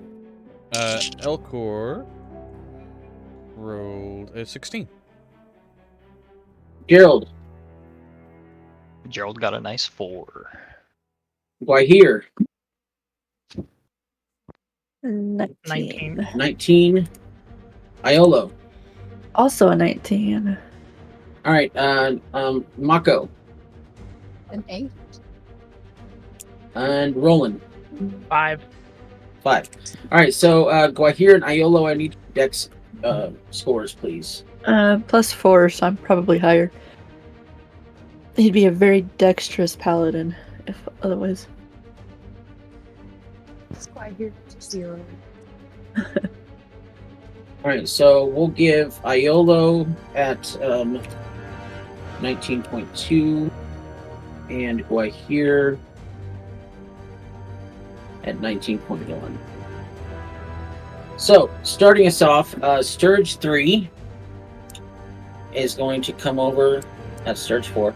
Sturge 3 is going to come over and do a melee weapon attack. That is a 12 plus 5 is 17. Does the 17 hit Roland? Oh yeah. Dang, they got high. That is 1d4. So that's 1 plus 3 is 4 points of piercing damage. And that Sturge is now attached to you. I'm gonna let y'all know right now, Roland does not look good. So that Sturge is now attached to you. After that is Sturge number 6. And it is going to go up and attack Mako. 12 plus 5 is 17. 17 hits. 17 hits for 5 points of piercing damage, and that Sturge is now attached to you. Marco's at a 2 health point. Same. Alright, let's see here. Next up is Iolo. Okay. Order. So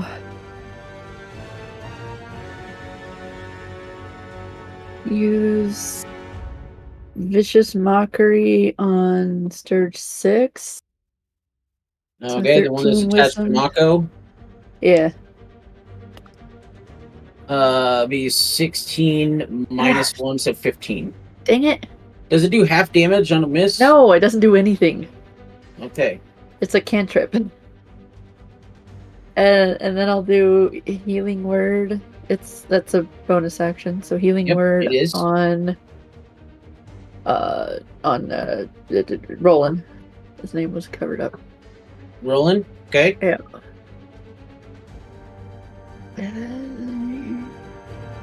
Sorry, it's slow. 6. So Roland gets 6. Take that. Iolo's gonna move. Shoot. Sorry. She's gonna move back here. Oh, wait. And this is my turn. Alright, so next up is Guahir.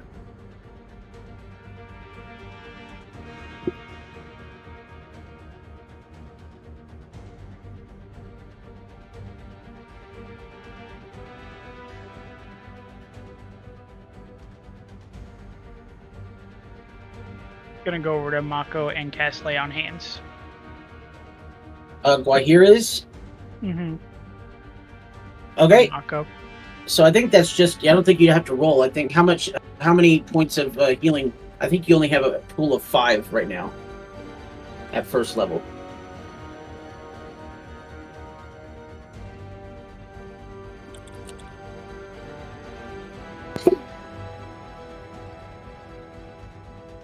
Yeah, so I don't think you need to roll anything. Mako, you get 5 heal, or 5 HP back. Thank you. I think it's just pulling from the pool of health point. Yeah, Yeah. and I think he gets a total of 5 to start At with. first level, yeah. All right, so Oh yeah. yeah, Mako, you have potions. I think she has well- 2. Is that Yep. the end of your turn, Mitch? Or Guahir? How does Mako use one of these? Okay, Awesome. next up is Sturge number 5.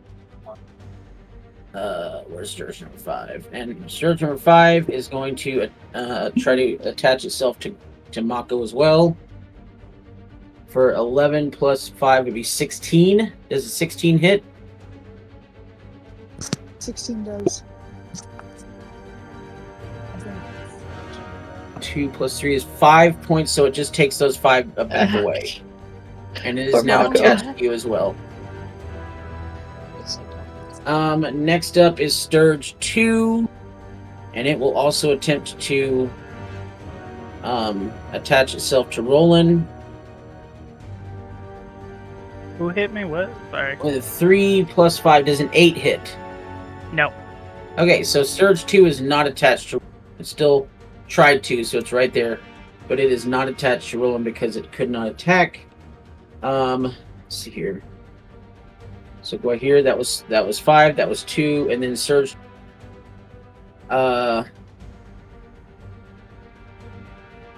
So Surge number 4 is actually going to go over here to Gerald.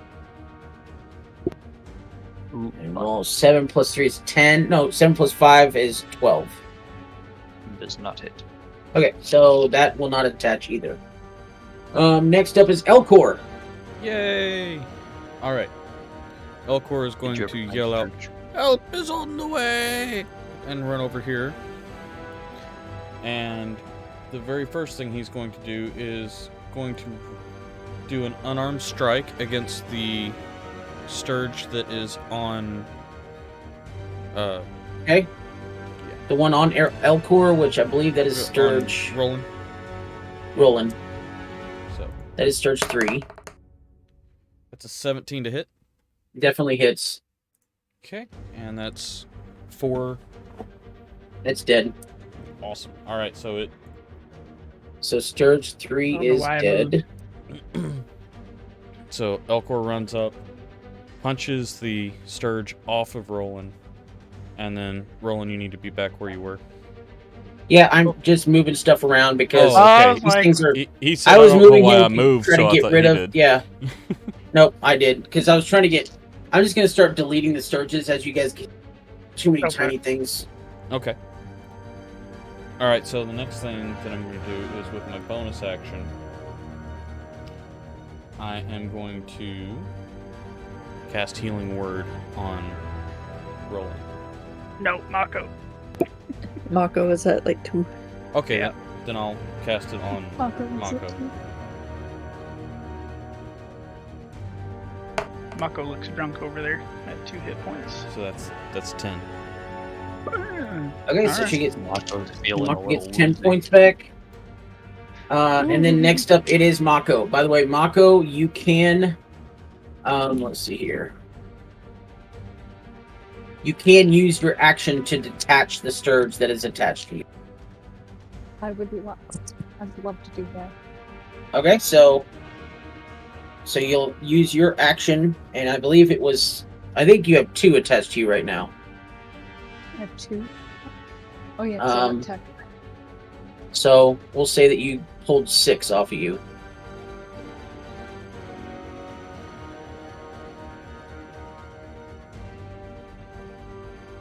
So 6 is no longer attached to you.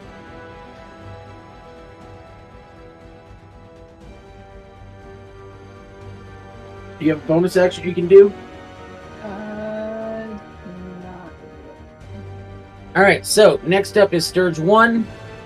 And it is going to go over and try to attach itself to right here.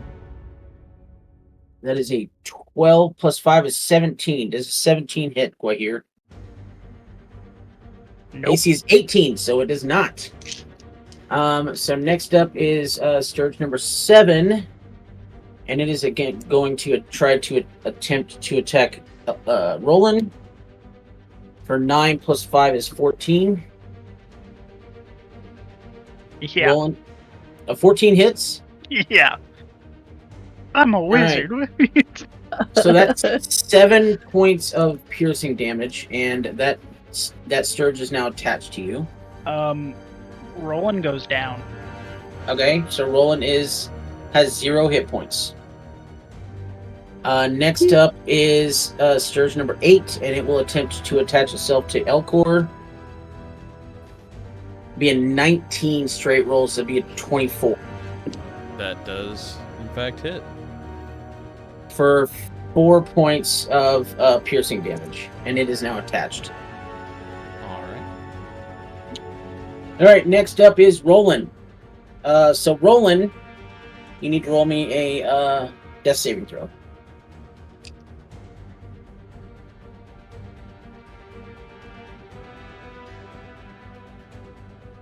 I quit. Ooh. That is only 1 fail. You have to have 3 fails before you No, dead. that's No, a that's natural a one is 2 2. fail. That is a nat 1. Crap. So that is 2 failures. Next up is Gerald. Would you like to try to attack this thing or use your action to detach it? I don't have one attached to me at the moment. Oh yeah, Or it's missed attempted, one, but yeah, that's right. I'm sorry. So what is your action, sir? I will attack it. Okay.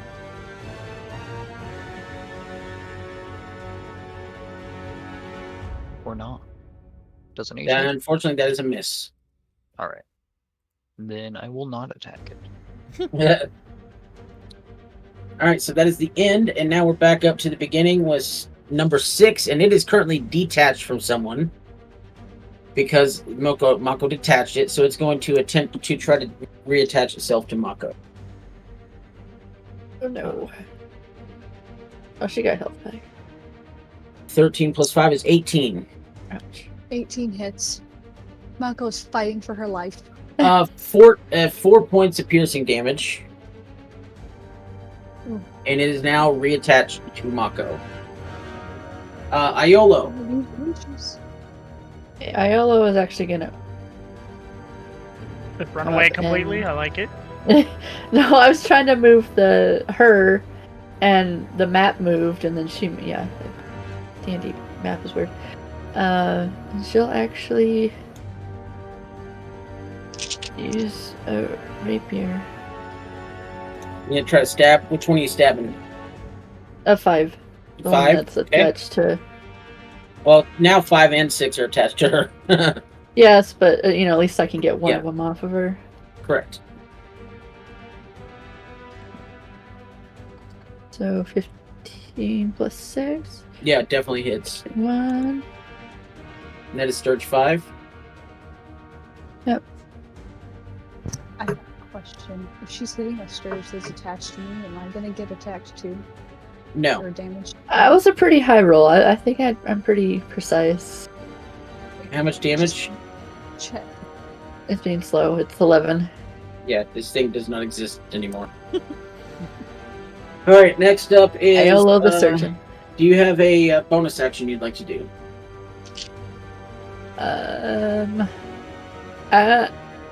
Can I do Bardic Inspiration on Roland? That won't Even help. though Yes. It is a saving throw. Eric. Yeah, Yes. absolutely. It is a So- saving throw. Bardic Inspiration on Roland. All right, so he will get advantage on his next saving throw. That's my last one, so I can't use it until I rest. Next up is Gwahir. Gwahir, you do have one attached to you, I believe. No, you do not. It tried to. You're gonna go to Sturge. That'd be Sturge 7. He's gonna go over to Roland. Now, when you go over to Roland, Sturge 1 will get an opportunity attack on you, and that's a 19. I didn't even see Sturge one over there. Be 6 points of piercing damage, and it will attach as you run. But go ahead and take your attack on Sturge 7, the one that's attached to Roland. Jeez. Pretty sure that hits. 20. Definitely hits. If not, there's a problem here. And that Sturge does not exist anymore. Alright, so does Roland have any attached to him at this point? Roland does not have any No. attached to him right now. There's one close to. There's one Sturge close to 2 him. is close. That's one of the ones that tried to hit him, but do you have a bonus action you can do? Can you do Healing Word? Because that is a bonus action.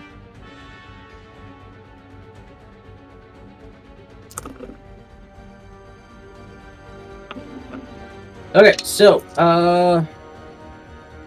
next up is Sturge 2, and since Gwahir came over here, let's see here, it is going to try to attach itself back to Gwahir, or to Gwahir. 19. Oh, I think they said that is his armor 18 class. is Yeah, this that is it. hits. So, be 6 points of piercing damage, and now he has one attached to him. 2 attached. He had one. Now he has another one. That was, let's see here. That was Sturge 2.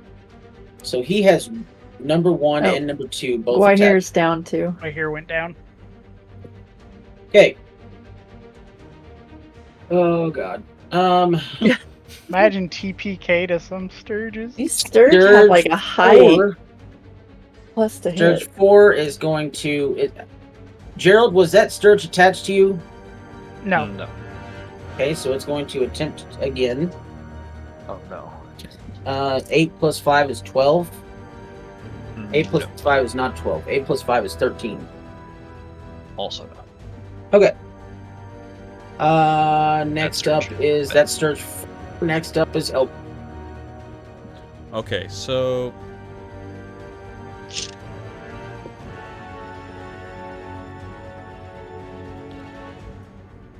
Elcor is going to, because he doesn't have any healing spells left at this point, he's going to reach down and touch Roland and cast Spare the Dying. So I'm going to stabilize you. You don't have to make any more death saves. Oh, good. So that he's at 0, but doesn't that put him to 1 hit point? I think. No, he's still at 0, but it stabilizes him. He doesn't have to make Okay. death saves. Okay. That is, however, an action, and I do not have any bonus actions, so I'm going to have to tank whatever this Sturge does to me. Okay, so that is Elcor. Mako, you're up next. I believe Mako has Sturge 6 attached to it, maybe. Yeah.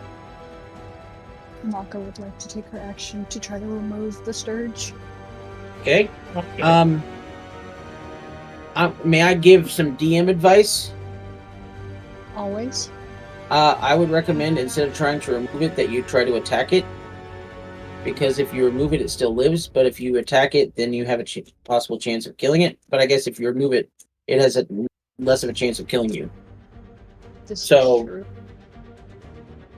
It's up to you. You can either remove it, and it won't, because the way the Sturges work, nobody has experienced this yet. But if it's attached to someone, it doesn't have to make an attack roll. It just takes more health. Okay. Yeah. So, I'll go ahead and have it with a Attach dagger. it. Oh, attack with a dagger? Okay. Because it's attached to you, and because you're really close to it, I'm going to give you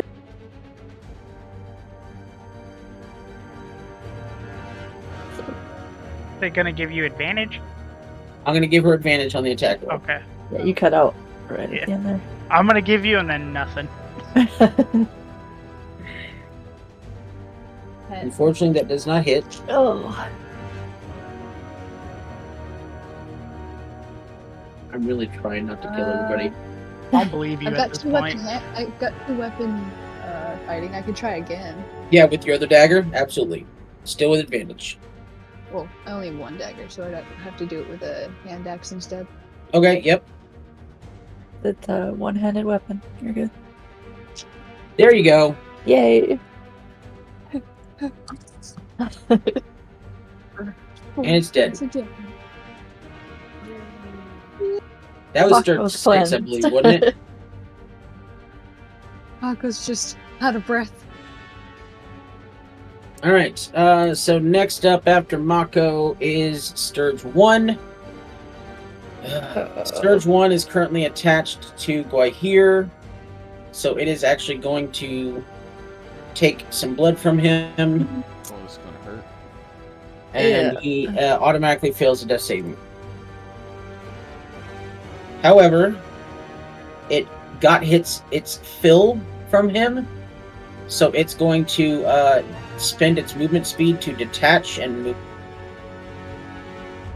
Because it takes a certain amount of HP and then it leaves. Alright, so next up is... that was Sturge 1. Next up is Sturge 8. Oh yeah, it's And going to hurt. Sturge 8.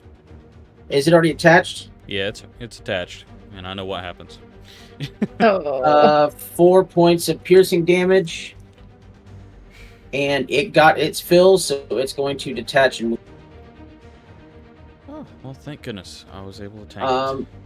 Roland, you're at 0 hit points, so you do not have to make death saving throws, but you cannot move because you're still passed out on the floor. So, So he does have the ability to attempt to get the natural 20, but the death saving throws don't count. Okay, so roll a d20 for me. If he crits, And the natural... he's up to 1. Okay. We know how my rolls have been going. This would be the time to So make is it work. is he unconscious though? Yes, he is Yeah. unconscious, But but does if not bleed out he- anymore. Okay. But can he still get successful saving throws to bring No. himself up? Or He just the nat 20. okay. I just thought I didn't know if he had a health potion, if he could take it. No, he's out. Mm. Somebody Alright, around so, him can grab the um, health potion and yeah. force feed him, but that's it. So that was Roland. Next up is Oh. Gerald. Force feed me, baby. Gerald, you're up, and I believe you Gerald have one is going attached to you. to attempt to attack Sturge number 4 again. Okay. Is it attached to you? No. Okay. I'm giving people advantage if they attack the thing that's attached to them. I don't know if you're supposed to do that, but I'm really afraid of killing the entire party, so I'm gonna do It's your it. game. You decide what goes. I didn't even get the chance to try to attack. You know, I'm sorry. No, that was our fault for rushing into a room and, Wizard being up front.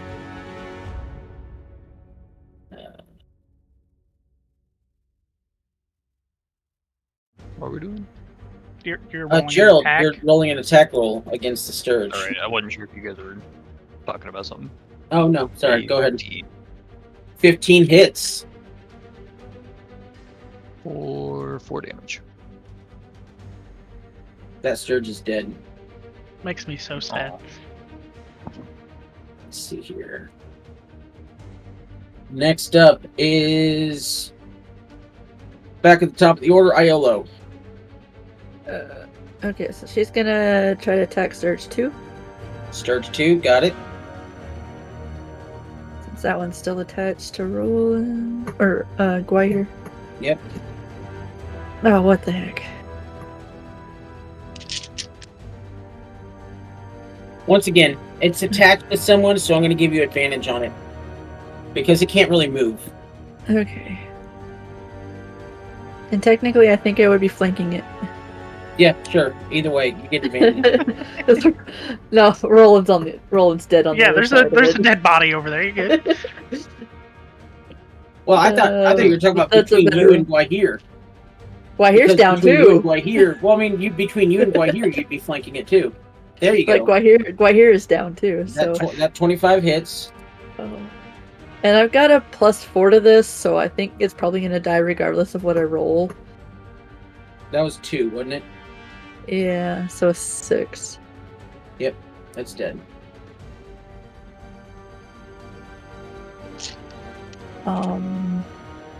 And I don't really have. Okay. have a bonus action I can do. After Iolo, Gwahir, go ahead and give me a death saving throw. Good. Yes. Just straight Straight D20.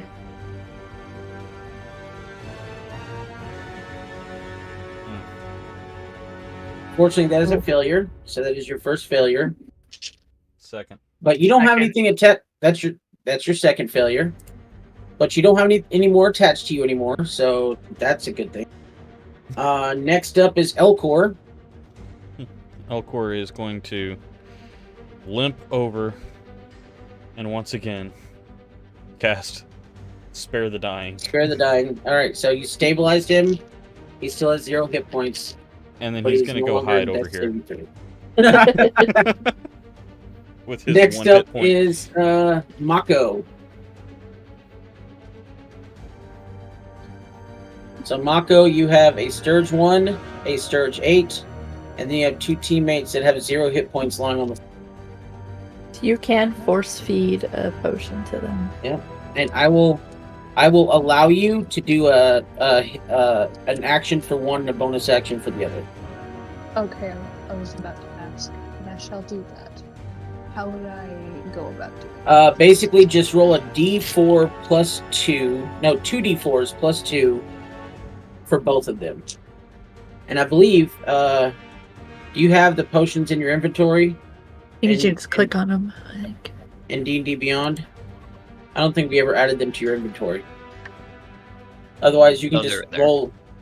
Oh, they are in there? Yeah, just click on them, and that should roll the dice for you.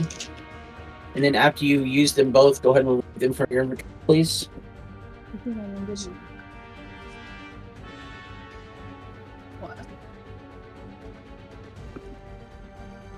What?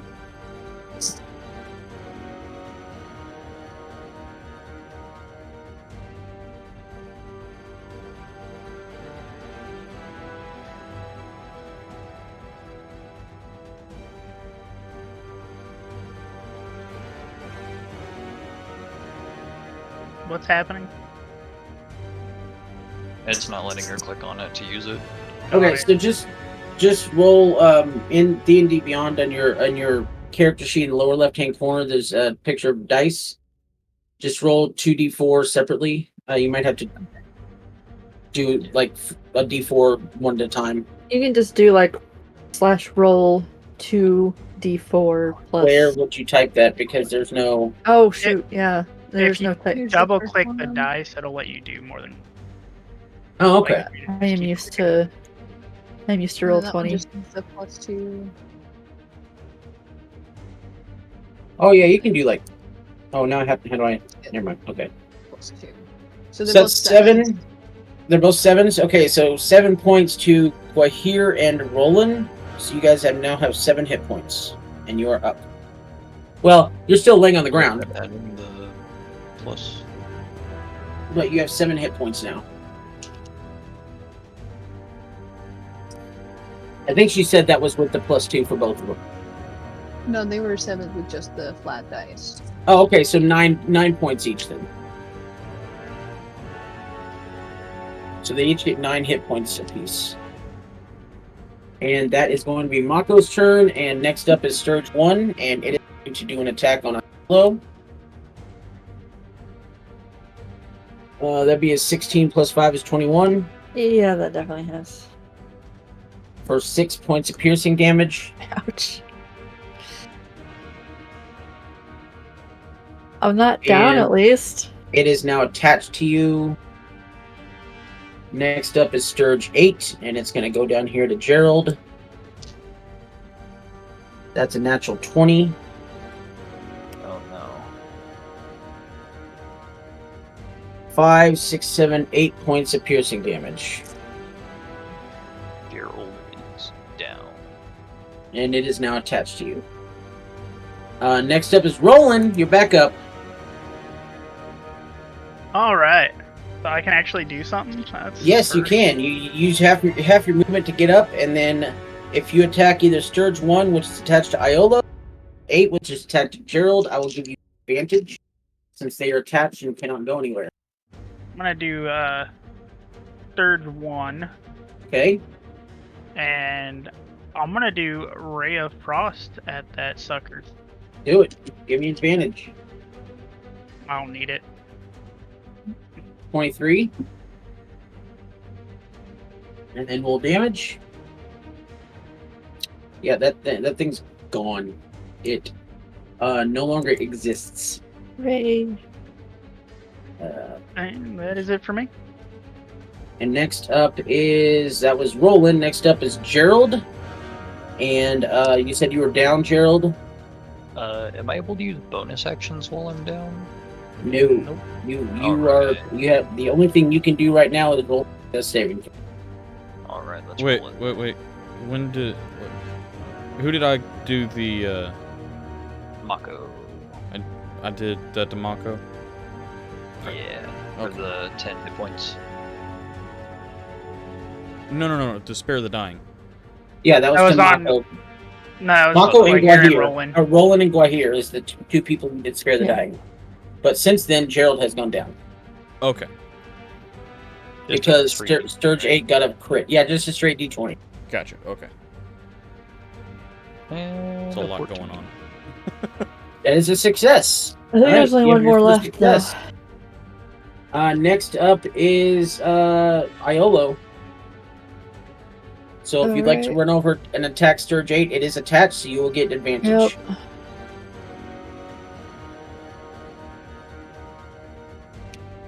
Unless you want to try Vicious Mockery one more time. Nope.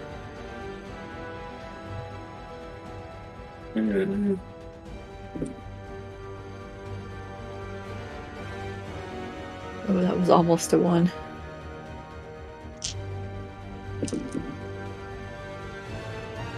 It hasn't come through yet. What'd you roll? A 19. Oh yeah, definitely hits. I have a +4 to this, so pretty Oh, much you have a whatever I +4 to the roll. damage? Yeah. Alrighty. So 8 total. you guys managed to get out of this.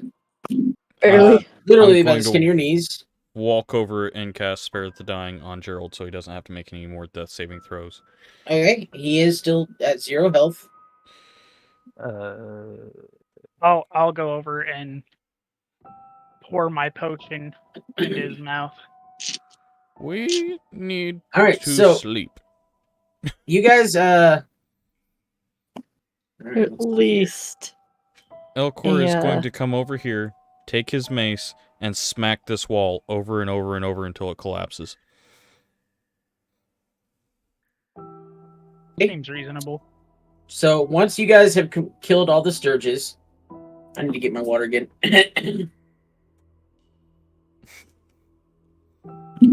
Hipses will come in here and yes, very well done. Please come.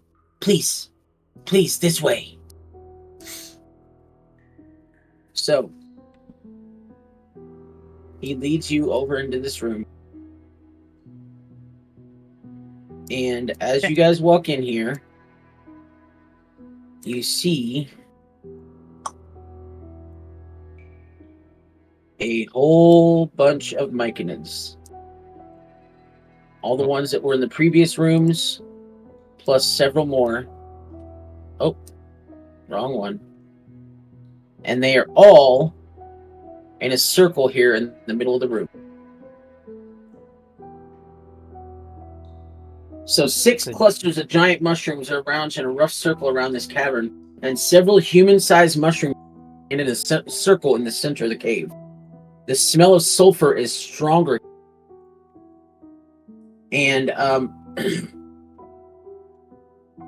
when you guys walk in, 2 of these guys who are, they actually have names, I forgot to name.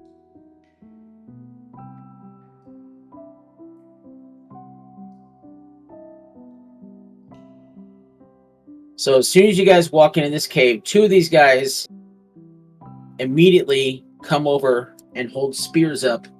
Halt! Who dares trespass here? But Hipses speaks up. It is okay. They have come to help. And so they lead you, and as you guys walk into this room, you hear the voices of all these other myconids, and they're talking and they're scared. They are very scared with what's happening. But as you walk into this center room, everyone in the middle of all these mushrooms, middle of all these mushroom people and everything, you can see kind of a glittering in the air, and you can see kind of tiny lights, almost like fireflies around, and you suddenly feel yourself getting better. You can feel things improving for you, and basically standing in this room is akin to getting a long rest. Oh, thank you. So go ahead and click the long rest on your character sheets. All of your spell slots are restored, and you basically feel like you just woke up from a long night's rest. Hooray. Just from walking into this room. Yay. Good Gerald. I added a Lewis. 0 to the end of my existing numbers. So, Our Adric and Umfalo lead you guys across the, and Hypsis asks you to follow him, and then he gets you to the brink of this cave, and he just points his finger and says, "Please, please, help them, help us, please." Whoop, that's not me. That's me. And he will not go any further. He is extremely scared. And as you guys go down this hallway, Did you say spores healed us? I guess you could say that. Can we bottle it? No. Of course, sneezes again. Oh. So, as you guys go, the air in this cave is choked with thick smoke that assaults your nostrils with a pungent odor of brimstone. Strange, flickering orange lights illuminate the smoke. This area is free of fungal. Instead, crystals grow from the rock. So as you guys get further into the cave, I'm going to move you guys so nothing... I'll take point. I'm not putting you guys into danger immediately. So I'm going to be the last one To in. your right, a large cluster of purple crystals juts from the stone. And on the far wall, somewhere around this area on the far wall, you see the source of the light. A glowing orange crystal wedged into a fissure in the cave wall. Streaks of soot trace a path along the cave walls between the purple crystals and the fissure. So the orange crystals are here, and the purple crystals are these ones along the wall, but black trails of soot that track from the orange crystal to the crystals. And you guys can see this orange crystal it's stuck into a fissure, and it is causing everything to back up into this cave and not allowing it to vent properly. And as you enter the cave... Before we do that, we see this, right? Got a question for you. What's up? How difficult is that going to be to remove? You will find out. Could I use Mage Hand just to dislodge it? That's what I'm asking. Before we even get started... Yeah. Let's see here. That's 5 pounds of pressure that it can exert. 10. 10? 10. 10. Okay, 10 pounds of pressure.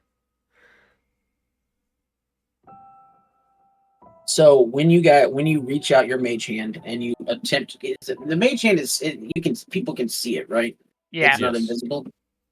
So the mage hand attempts to pull on that crystal, and it is stuck. It's not going anywhere. And as your mage hand floats across the cave, so the mage hand is over here by this crystal. As the mage hand floats across the cave, you guys can see. Let's see here.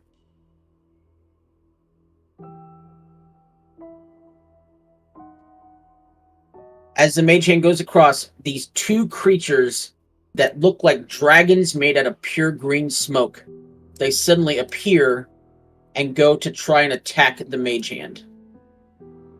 So, what I'm going to do is, because you guys see these creatures and they are focused on the mage hand that's trying to take out, I'm going to do one surprise round that everyone can get off on these two items, these two things.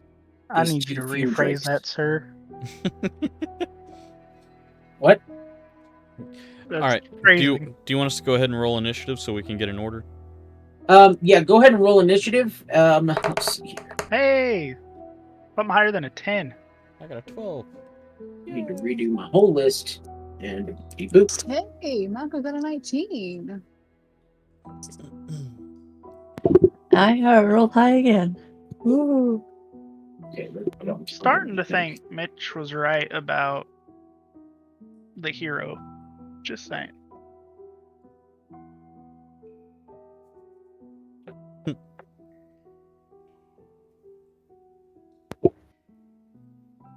She's probably got a little bit of an ego, so. I like how Gerald's in the last in the party and also last in our initiative.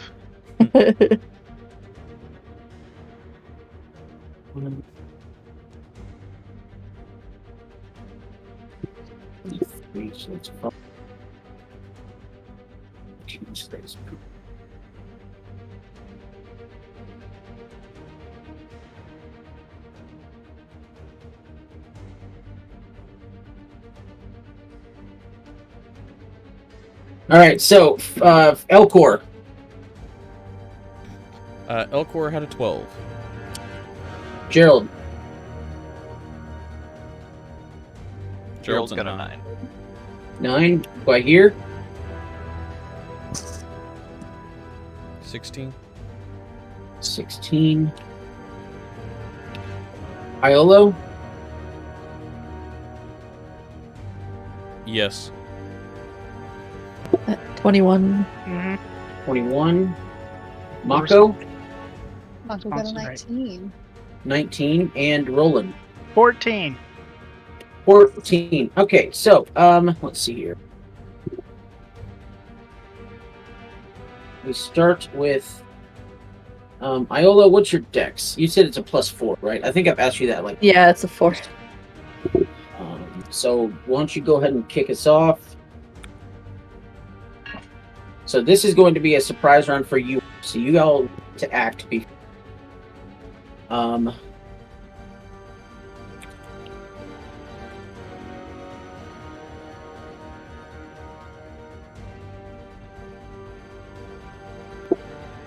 She can't run up to him. So, Vicious Mockery Do it. on 4. So, 13. Okay. Resistance save. That is he rolled a 5. Yeah. I mean, you could probably get around me. No, I only have a 25 movement speed. Oh, yeah, never mind. She got short legs. So how much damage does it do? 4 damage, and it will have disadvantage on its next attack. All right. And next up is Mako.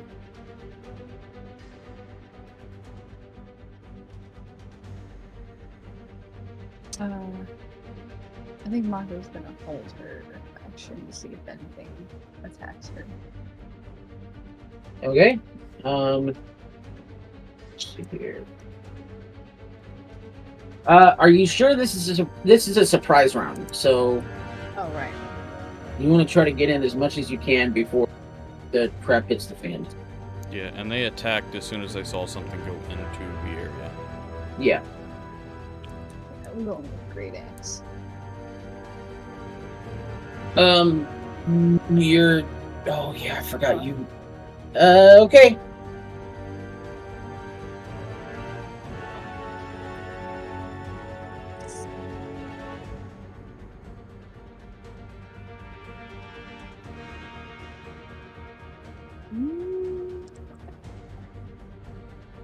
I think I'll throw the jet instead. There you go.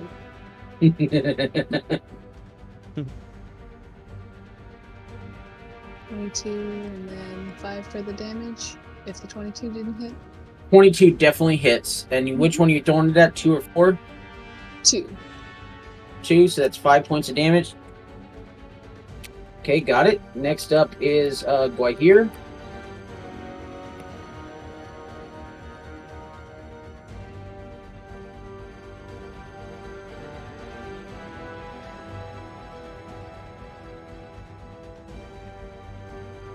It does, but you need to be a lot closer. It's like a 15-foot range, I think. And I would not recommend it.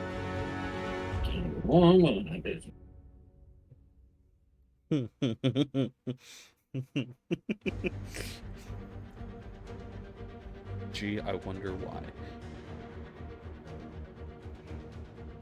I would try to, as much as you can, I would try to do range stuff for right now, while you have the surprise round. Stand next to roll and throw a javelin. Perfect. I love it. Well, if you have to stand next to me to do your breath attack, I don't think that's. Breath attack would not reach there. It's a Okay. 15-foot range, so he would have to It was be right in yeah, the middle of the room for Be breath like- attack to work. 30 feet away. Wait, is it really just 15 foot? Because I know the lightning's it's just- 30 foot. His He's is got a a fire. cone. It's a I 15-foot think it's cone. different Yours is depending a on the 30-foot guy. straight line.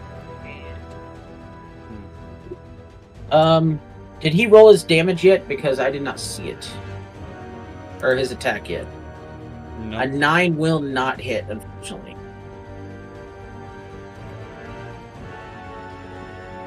So, that misses. I think we've already discussed that you don't have a bonus action at this time. So next is going to be Roland. Alright, Roland's gonna take a step back, like this way. Because Okay. I'm a little squishy and they're too close for comfort. And I am going to cast Firebolt at Drake 2. Drake 2, got it. 17 will hit. What was your description that you gave for the smell that we had in here? Sulfur. Okay. So as Roland fires off his firebolt, you can see that it definitely takes purchase on the Drake, and it seems like it does nothing to him. To it. It definitely hit, but it seems like it did nothing to it. So next up is Elcor. Alright, Elcor is going to... He's just going to do a crossbow bolt on Drake number 2. A 12, which I'm assuming misses. That will hit, actually, barely. That just hits. You doing 2? No, that's 3 damage on number 2. Number 2, okay. I meant, yeah. Are you doing it on number 2? Okay. Is that the end of your turn? No, I'm going to move up a little bit. Right about there. Just enough to take the focus off of the squishies. Next up, in our final person of the surprise round, is Gerald. Who himself is also surprised because he hasn't seen this yet. Yeah. Still stuck at the inside or the beginning of the cave.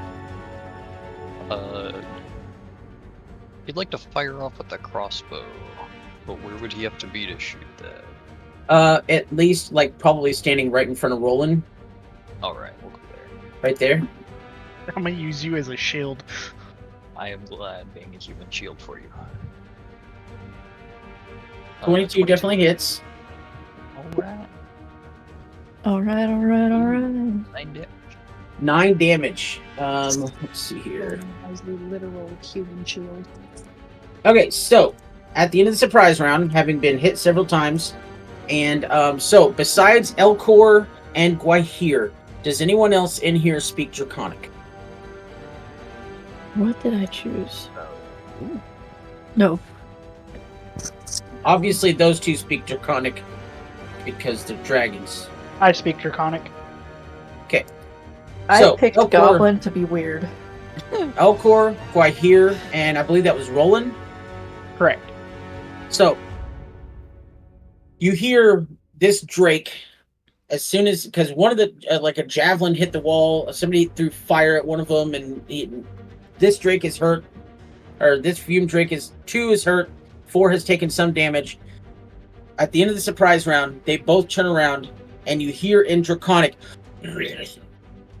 "Something is here, brothers!" And then you see 2 more pop out. Yep. Knew it. And Iolo, back at the top of the round, it is on you.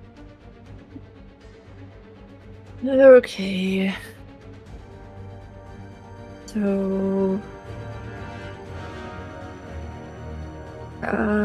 yeah, Vicious Mockery on 3. Okay. Oh, 13 wisdom save. That's a 14 plus 0, so it's a 14. Oh, that makes it. So ignore that 4. For you? I have Bardic Inspiration again. Next person up is Mako. So yeah, Mako gets an extra d6. Ooh. Alrighty, so next up is Fume Drake 2, and it has a speed of 30 feet, Let's see here. Doopy-doopy-doopy-doo. Plenty of space. And it is going to go here. And then it is going to do a 15-foot cone. Oh, So that's going to hit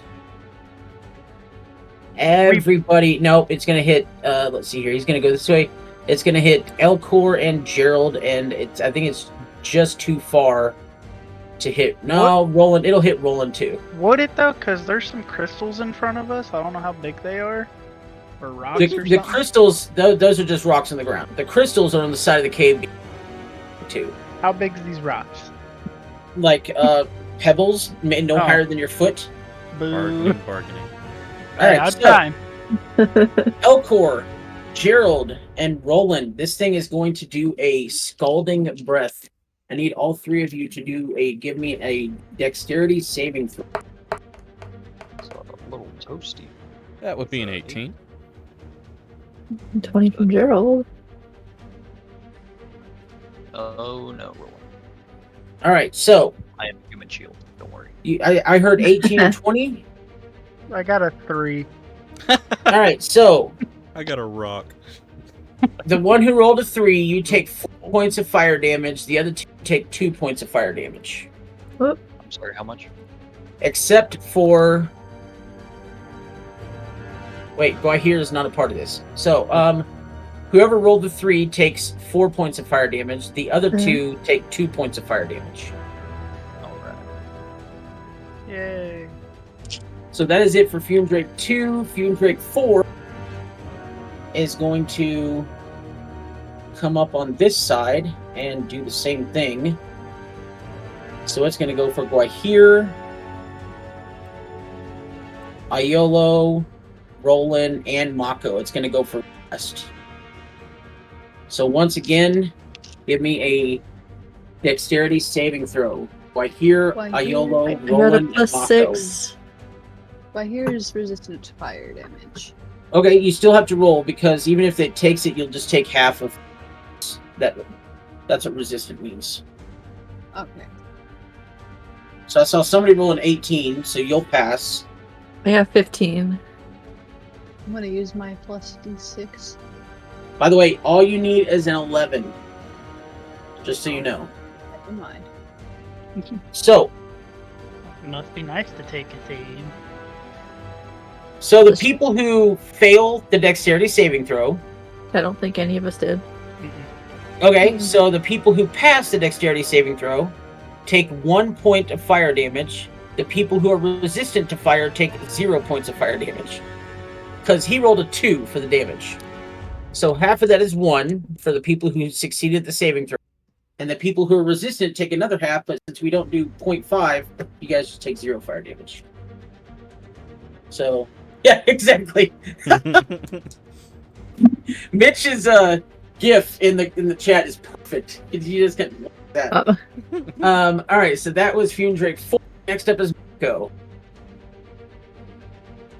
You said Mako's turn? It is correct. That is correct. It is Mako's turn. Okay. Where is this here? Oh.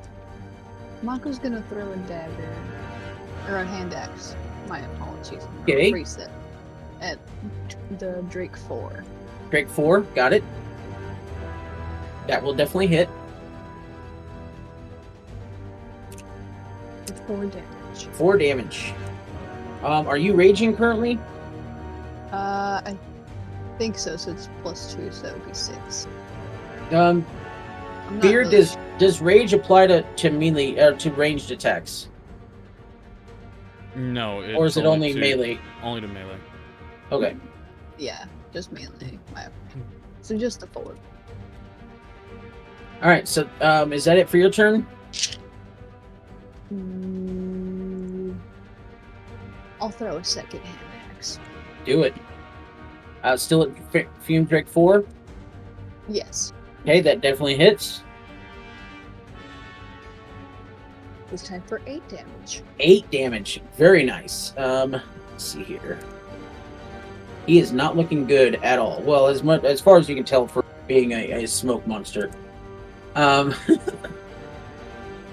Next up is Guahir.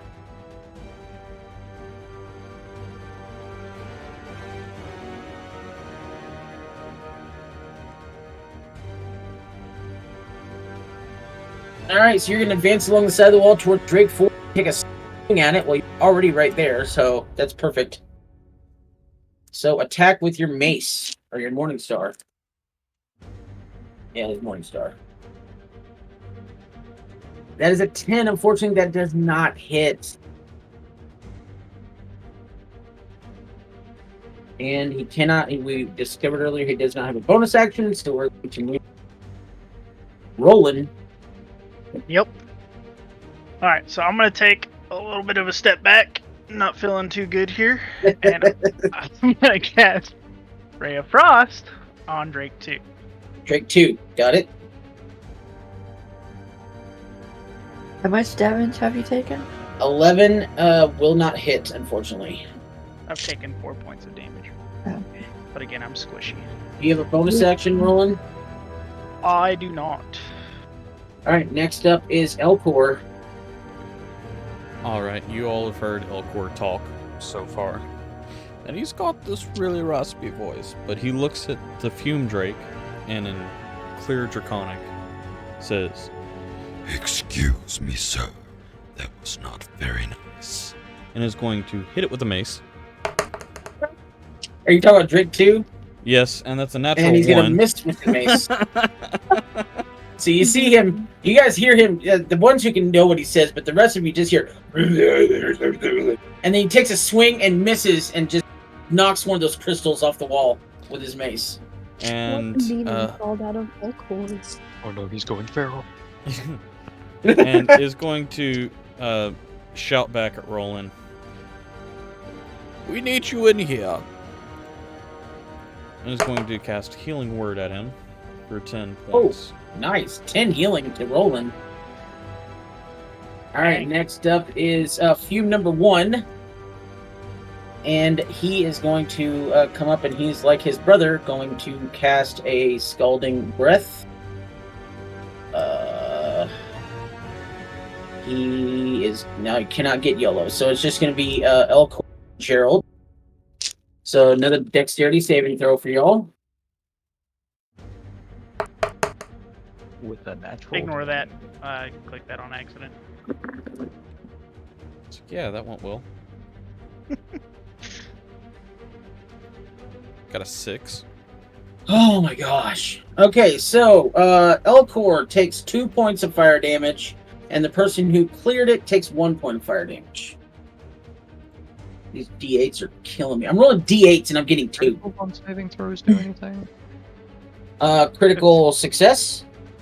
Yes. Did you roll a critical success? I rolled a nat 20 for my dex saving. Okay, then you take no damage. Isn't that the rule, Beard? If you roll a crit on a dex saving throw, you take 0? I think that'd be if more you- of a homebrew. If you want that to be a rule, you can make that a homebrew. Yeah, we're gonna do that because that's awesome. You should get rewarded for a crit on a saving throw. All right, so that was Fume number 1, and next up is Gerald.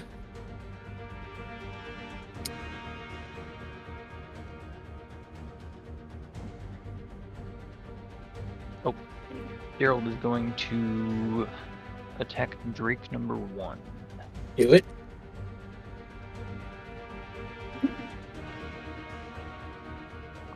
Aw, a 10. Yep, that will definitely not hit, unfortunately. Alright. That will be all. All right, next up is Fume number 3, and he's going to stand right here and again do a Scalding Breath.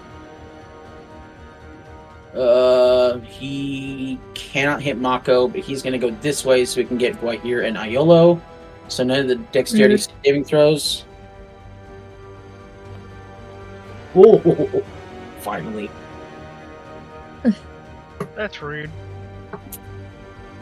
Roll hard. All right, Guahir. You guys make it. I got a 15. Yeah, you do make it. Guahir rolls a. He rolled a 20.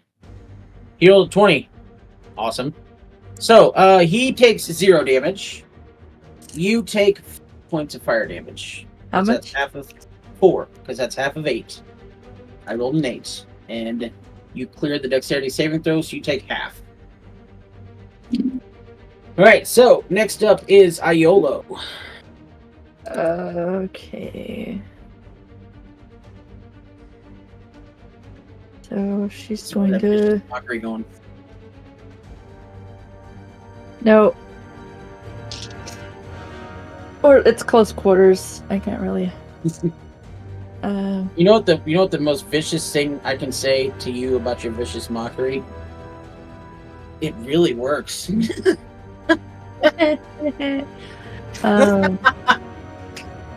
So 4's taking a lot of damage, I think. So she's gonna swing at that. Yep.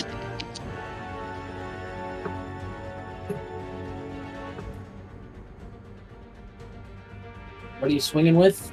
A rapier. Okay. 18 plus 6. That will definitely hit. This is so slow.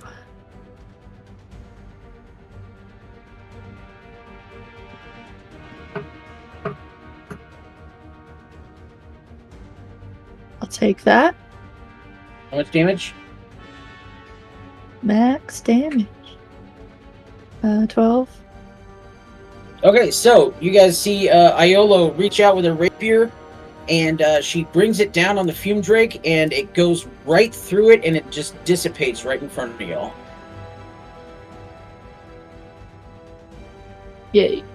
So next up, let's see here. That's fume 4. I have my bonus action, so I can dagger 3. Dang it. All right, so as this thing dissipates, all of a sudden you see the clouds kind of go out, and then it comes back in, and there's a small explosion. And I need Guahir and Iolo to give me a Constitution saving.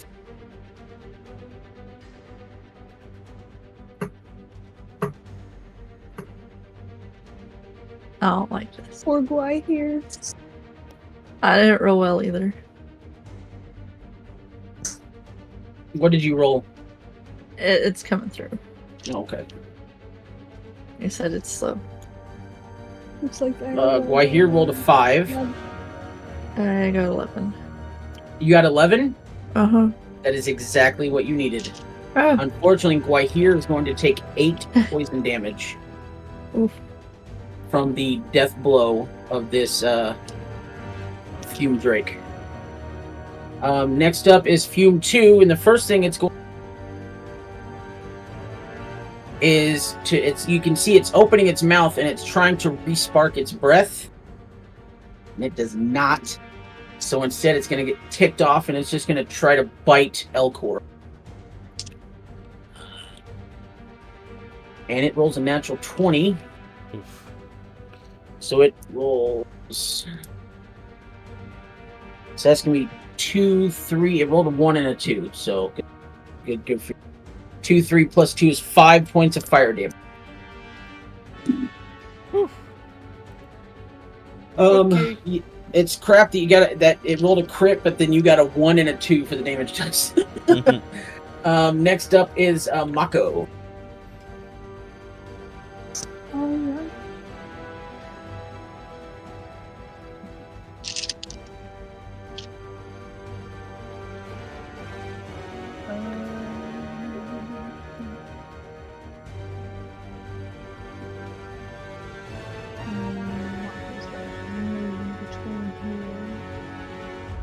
And go for 3.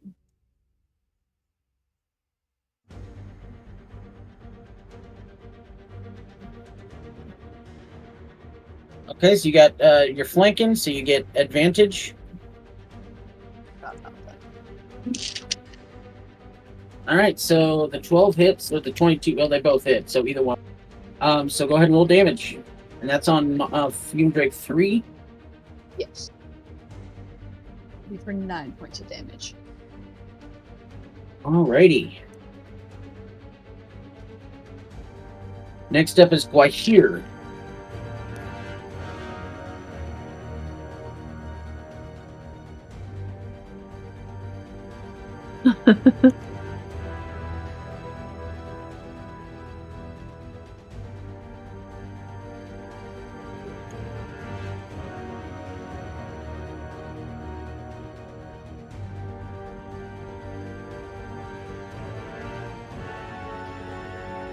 Warrior's angry and gonna go all out with Morning Star attack on 3. On 3, Mm-hmm. do it. That will hit.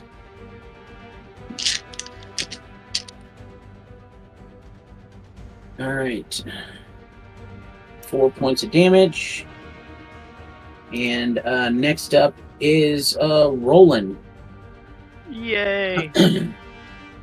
Alright, so having been attacked by Drake 2, I'm gonna cast Chromatic Orb Okay. cold damage. Cold damage, got it. Mm-hmm. And you're doing that at Drake 2? I quit. Unfortunately, that will not hit. Yeah, no. All right, next up after Roland is Elcor. Elcor is contemplating his life decisions and thinking about running into the cave, but is instead going to look at the fume drake and tell it, Sit still. and once again, try and hit it with the mace. All right. For another Which natural one? Are one. you... Elcor and I are just doing great things over here. All right, so as you swing your mace this time, you really focus and you try to, instead of hitting the wall, you want to hit this thing, and as you swing it, it comes out of your hand, and the mace actually scatters, clatters onto the ground over here. Okay. And for a bonus action, we're going to use my other slot of healing word. And we're going to use that on myself. Okay. For 9 points. There you go. Bring me back up to full health. So no real. All right, dance so between next up is Fume Drake 1. And it also, you can see it open its mouth, try to see if it'll get its breath back, and it does not. And it is also going to run up and bite Elcor. Not a nat 20. That is a 13 plus 4 would be 17. 17 just meets my armor class. 2 plus 2 is 4 fire damage. Dang it, I just So got that that back. is Fume 1. Next up is Gerald. Gerald of Rivia. Seeing as Elcor has lost his mace and the Drake has attacked him, he's going to step in between and attack Drake number 1. Okay.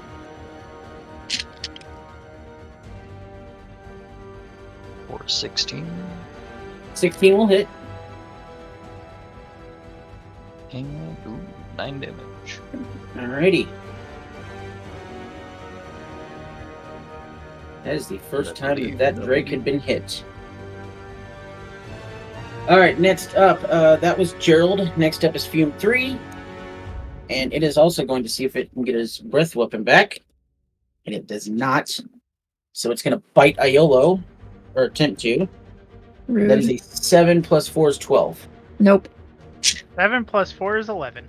7 plus Still 4 no, is 11. Iolo, you're up. So Math is hard, Yeah. yo. Shut up. I feel it. no, yeah, it is. Rapier attack on 3. Do it. I'm doing it, but it's slow. Oh, yeah. Sorry. I really need to figure out why it's so slow. It's gonna be a 15, but I have advantage. It will hit, but you do have advantage, so try to Yeah. crit.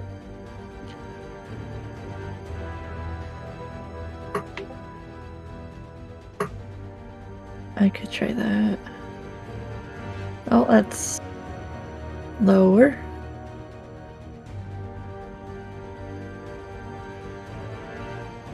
Alright, so the 15 did hit, so go ahead and roll Yep. me damage. And that's on 3. Yep.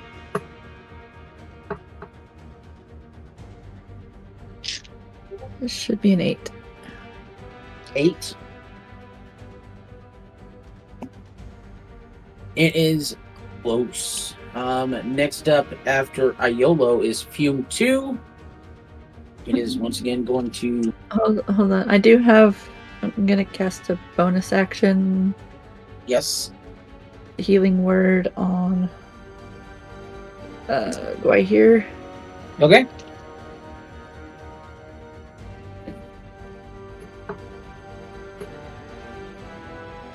And that's a low roll.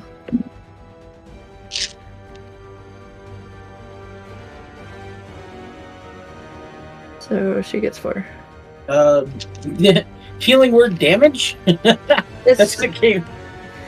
For some reason, it it's just rolls what it that way. does, yeah. Oh, okay. So 4 points of healing to Guahir.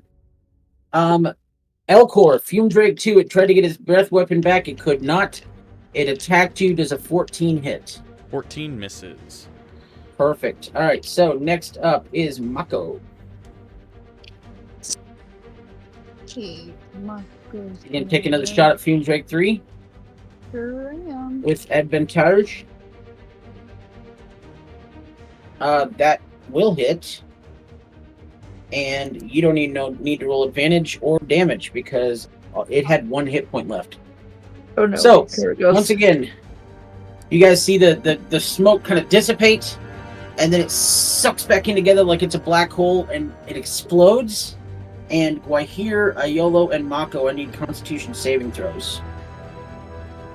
Oh, I don't think I'm going to make this one. Mako, that does clear it. You need an 11.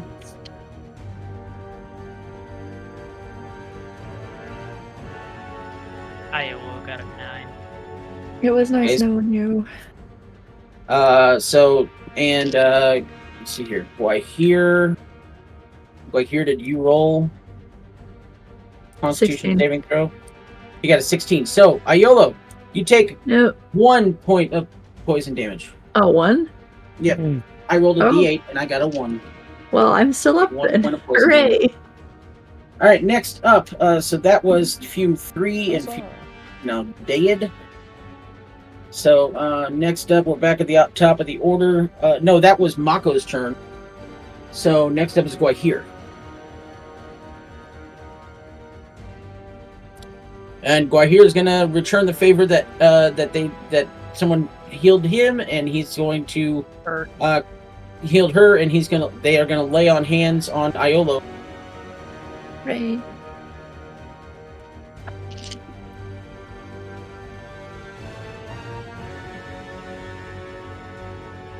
And I believe that will be her entire turn. There, whatever. I hate pronouns. Next up is Roland. Alright. Gonna try this again. We're gonna go ahead and cast Chromatic Orb again for frost damage on... I'm actually gonna change it to Drake 1. Okay, Maybe I'll have better luck. do it. Hey, 17. That'll hit. Yay.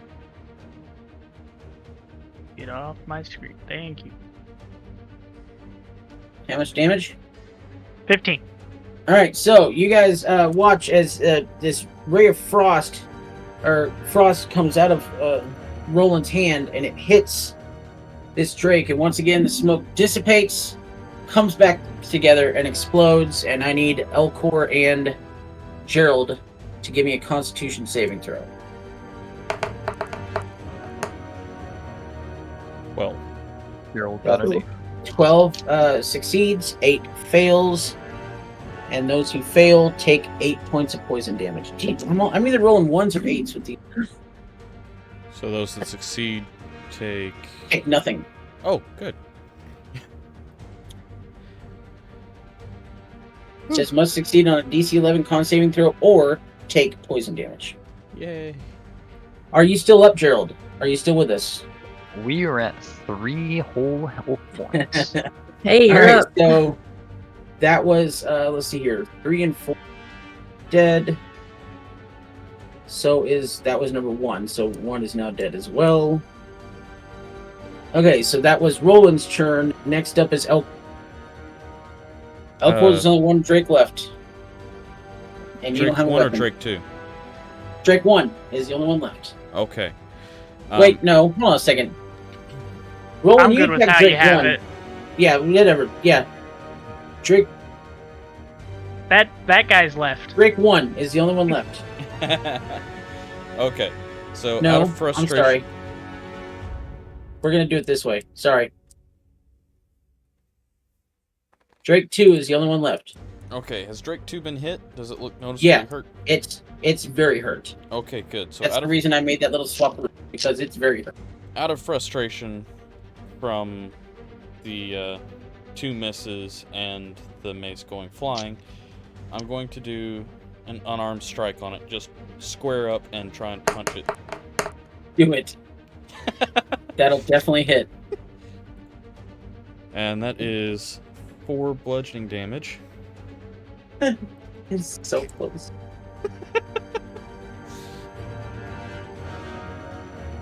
You gonna go? I know it says two. Never mind. I wouldn't give it to somebody earlier. So yeah, you don't. Yeah, you won't give it to somebody else. Don't give it to me. But, yeah. All right. So as much as I'd love you to are gonna rock do a you. healing word No, I'm. on anybody. No, I'm out of spell slots. Okay. So next up is Gerald. Gerald would like to use his bonus action for Second Wind to regain 1d10 plus 1 HP. Do it. He's got himself healed.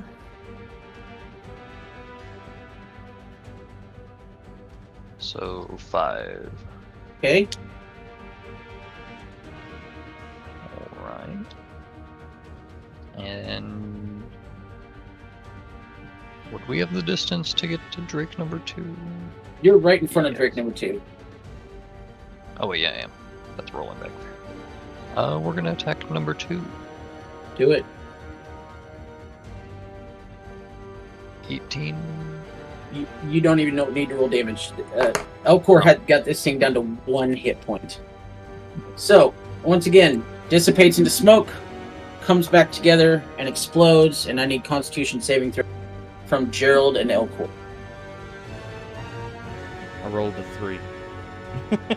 20. So you take Elcor. You take 6 points of poison damage.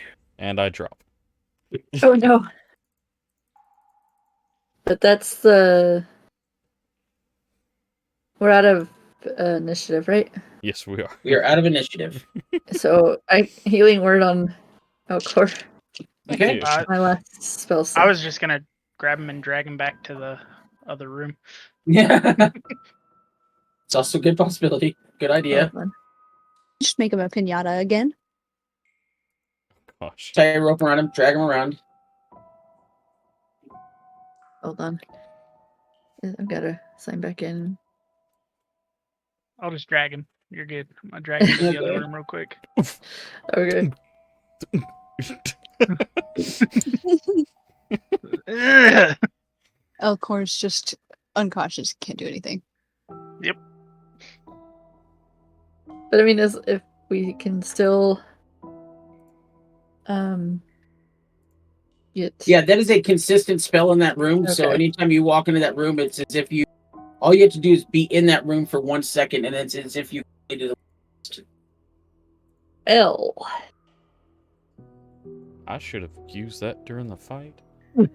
I was thinking the same thing. I just didn't want to abuse it. Like, all right. Abuse All right, powers so, given to you by the DM. Once you guys complete and take out those fume drakes, you're left. This room is still filling up with black smoke, and that crystal is on the other side of the room.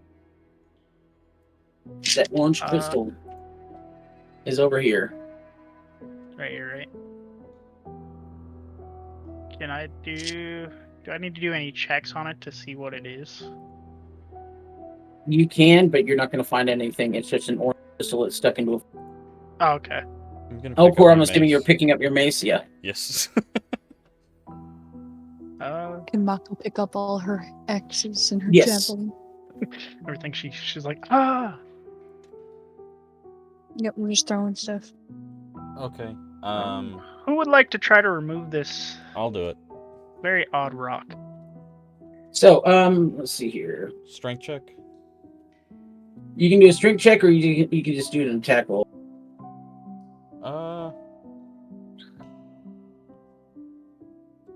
Okay. I'll hit it with the mace. Yep, hit it with the mace. 13. So as Elcor swings back his mace, he connects with, and it explodes, but it cracks open and actually looks almost like an egg. And as you destroy this crystal, the cave is filled with shimmering sunlight refracted through the crystals that line the vent. The fumes immediately start to escape the area, and out of the crystal, an obsidian sphere smashes into the ground, and 2 snakes. Nope. Dang it. There was 2 here, and I accidentally just deleted. They really need to work on Still pest control fighting in this them. place. Yeah, this place sucks. I thought we were 2 going to the snakes that cool look like house. fire come out of the obsidian sphere that smashes into the revealing a long serpentine creature with blood red and orange scales. The creature's body writhes and twists like a living flame, leaving a trail of sparks and embers in its wake. An intense heat washes off its body, and its yellow eyes glow like candles. And everyone roll for initiative. Can't we talk this out? It speaks 0 languages. Can do. All right. Let's see here. It's +2. I think two pretty squishy characters are up front. I think this is the. All right. Not all that squishy, actually. Elcor, Oh, what is yeah. yours? What is your initiative? 15. This is the lowest I rolled on my initiative. Gerald, Gerald has 16. 16. Guaitier, are you gonna press his right him too? 14. He's not. They're not. Yeah. Iola, I only got a 17. Looks like a 17. 17. Mako. Oh, 17. I'm assuming Iola's gonna go before Mako because Barbarian Yeah. versus Rogue, and Roland. Well, Bard, but Yeah, still high Bard. DC. I got a 7, so 7. last was the smart thing. All right, so let me get the list going here. Going to start off with our 2 17s, Iolo followed by Mako.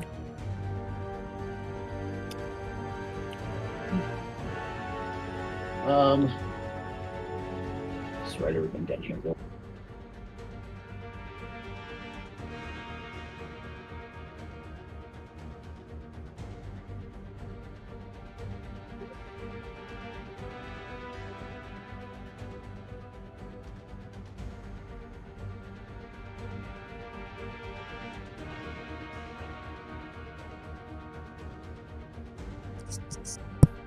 All right, Iola, what are you gonna do?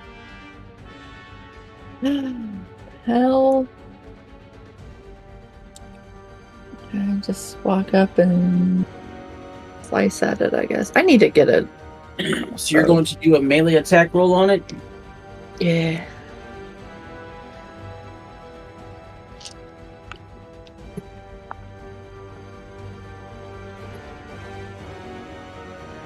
Or not.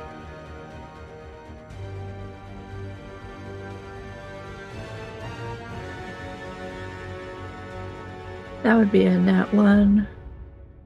Okay, so Oh, wait, hold on. No, it shows a 7. get a plus It was a 15. 7. oh, It was a okay. 7. A 13 It- does not hit. It looked like a 1. Unfortunately, as you go up and to do a melee attack on it, because of how close you are to it, you take 1 point of fire damage. Okay. Should have just stuck with Vicious Mockery. All right, so do you have a bonus action you're going to do? No. Next up is Mako. Mako's gonna run up. And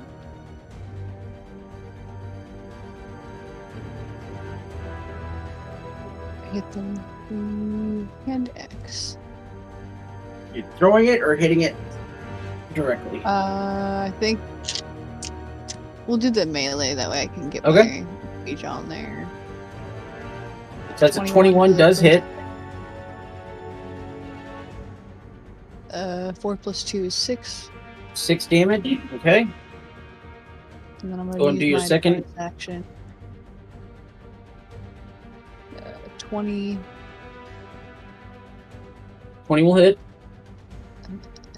Another 6 damage. Okay, so you do a total of 12 points of damage to it. However, being in close proximity to it, you do take points of fire damage. How many points? 4 for Mako. Okay. Next up is Gerald.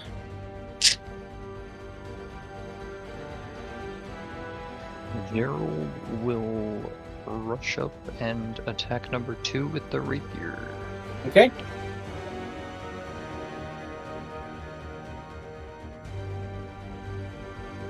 Your movement speed is 30 feet, right? Yes. Okay, 19 does hit. Is that more? Oh wait, no, that's 25. Alright. For 6 damage. Okay, and you also, being in close proximity to the snake, are going to take 3 points of fire damage. Alright. Next up is Elcor. Alright, so Elcor is going to move back out of range after seeing everybody take Okay. damage, so Are you going to disengage? no, I'm not. I'll take it. So both of them will get attack of opportunity on you because you're kind of standing in. You're within 5 feet of both of them. I know.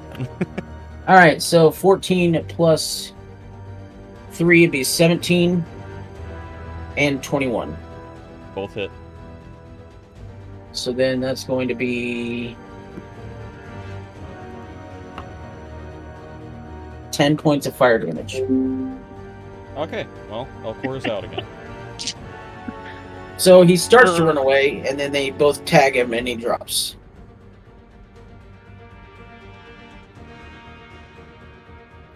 Next up is Guahir.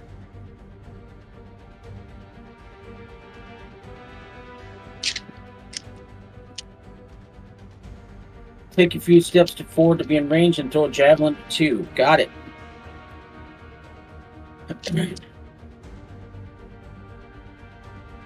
$15 will hit.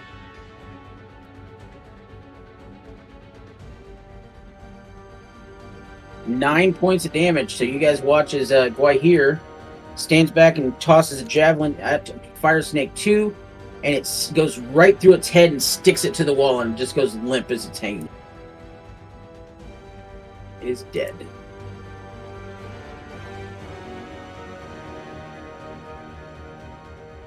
Next up is Roland. Alright, I'm going to take a slight step back. Okay. And I'm going to cast Ray of Frost at Fire Snake 1. Okay. That will definitely hit. And 4 damage.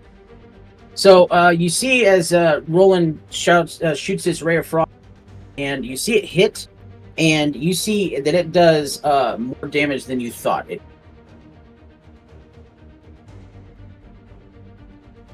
It screams and writhes. It is not like that at all. Next up is, that was Roland. Next up is Fire Snake 1, and it's going to go over here to Iolo, and it does a multi-attack, so it's going to do a bite attack and then a tail attack. So the bite attack is going to be a 13, and the tail attack is going to be a 14 on Iolo. How much? 14? 13 or 14? AC? Yeah, what's your AC? 15. Okay, then neither of them hit. Okay, so next up is Iolo. So, Snake 1, Rapier.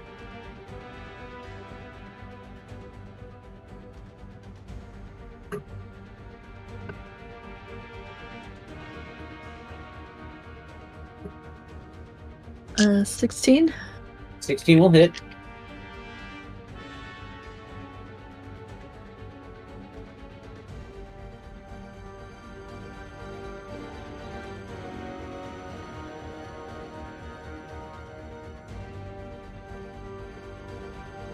Sorry, so slow.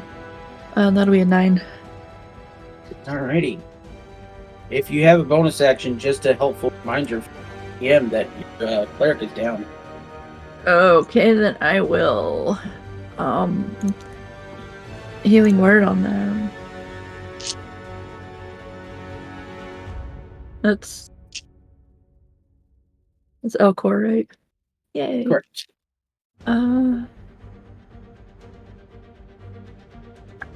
Should be 7. 7 points of healing. Elcor is back into the fight. Yay! Next up is Mako. Alright. Mako's gonna start swinging her hand axes at number 1. Snake number 1. Do it.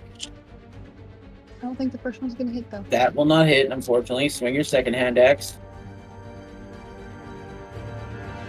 17. That one will.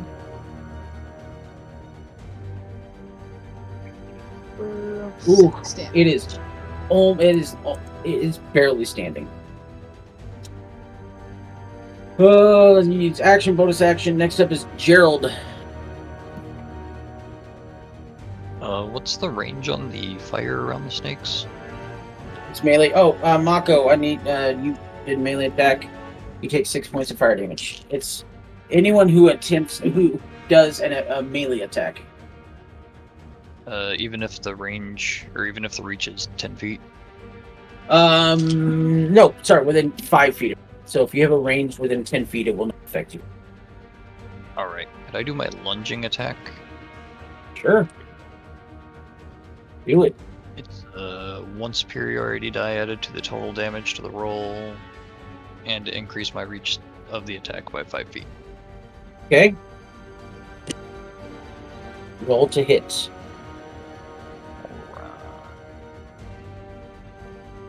22? Definitely hits. You don't need to roll damage. So, what kind of weapon are you using?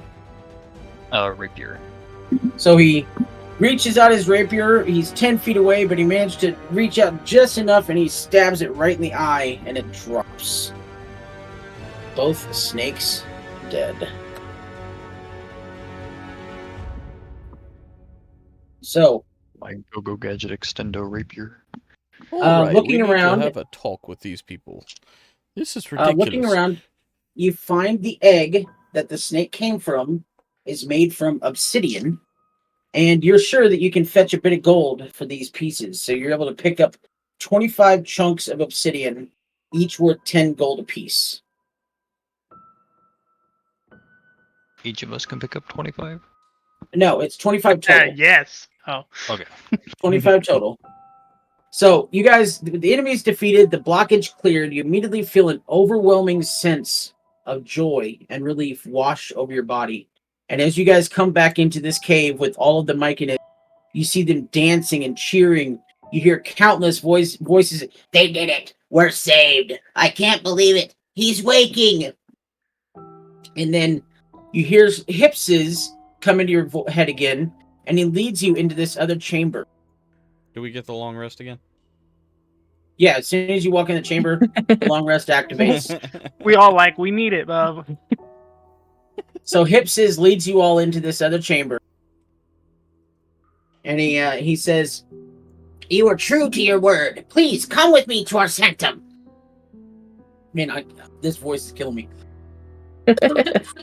Elcor's staying towards the back because these things apparently like to hit hard. So as you guys enter the room, you can hear the cheers in your head, and an older sounding voice breaks through and asks to have you guys brought closer. So Hipsis leads you all the way up to the other side of the cave, this much older looking mushroom, and it appears to be the Myconid's. I am Sinensa, the leader of my people. I hope you know what you've done here today. You saved not only me, but our entire colony. Words cannot truly convey how grateful we are. Instead, feel how we feel.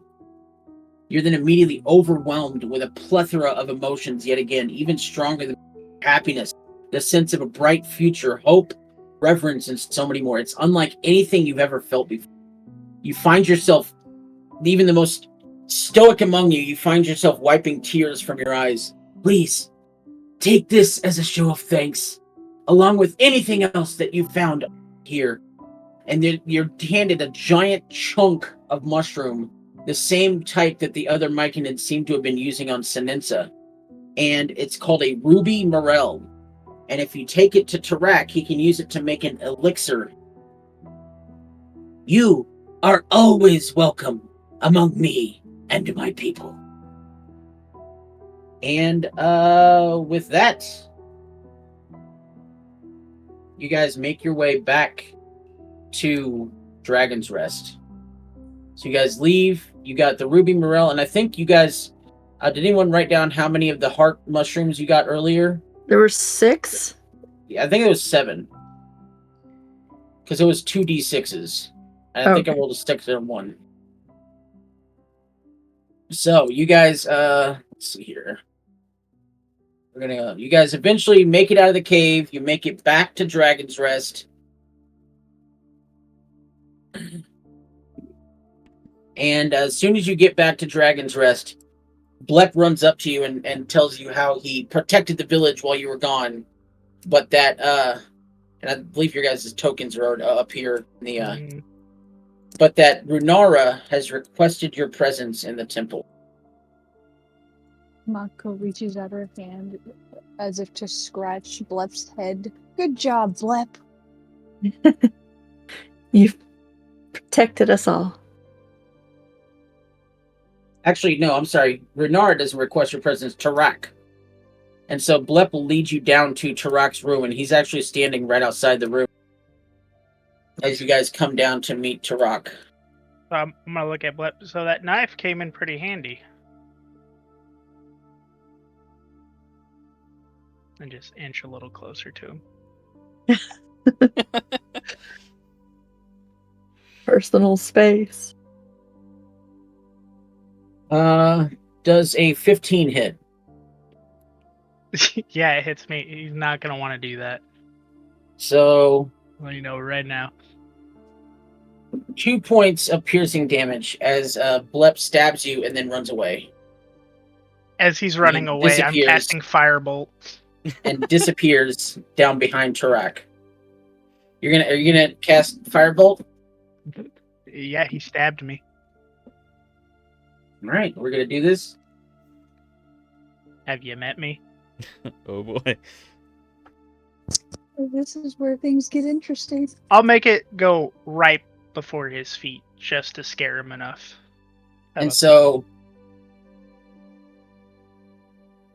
Blep runs and hides behind Tarak.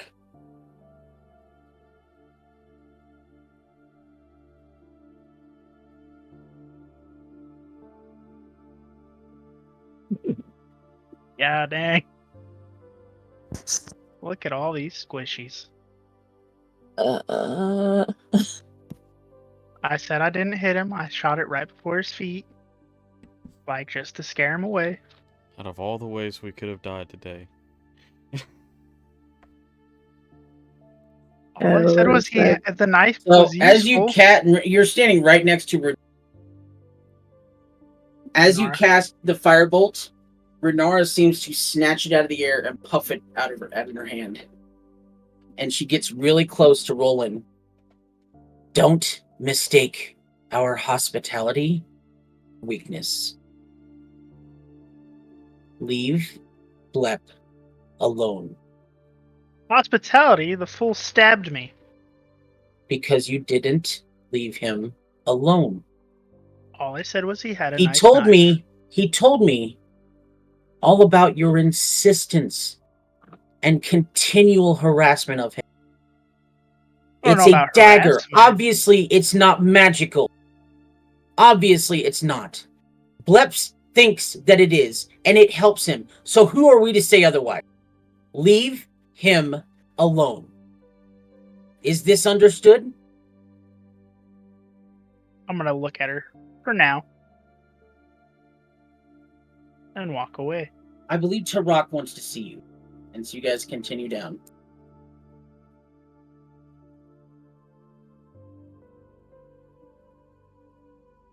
Ah, my friends! I see you've returned from the cave. Were you successful? Indeed, we found your boot as well. So you slayed the beast. That is fantastic. That is phenomenal news. Thank you very much. And do you guys give him the mushrooms and the morel? Yeah. Yeah. Elcor will hand over the 7 mushrooms he had. Mark will also go. Oh my gosh. Oh my goodness. I can make so many potions.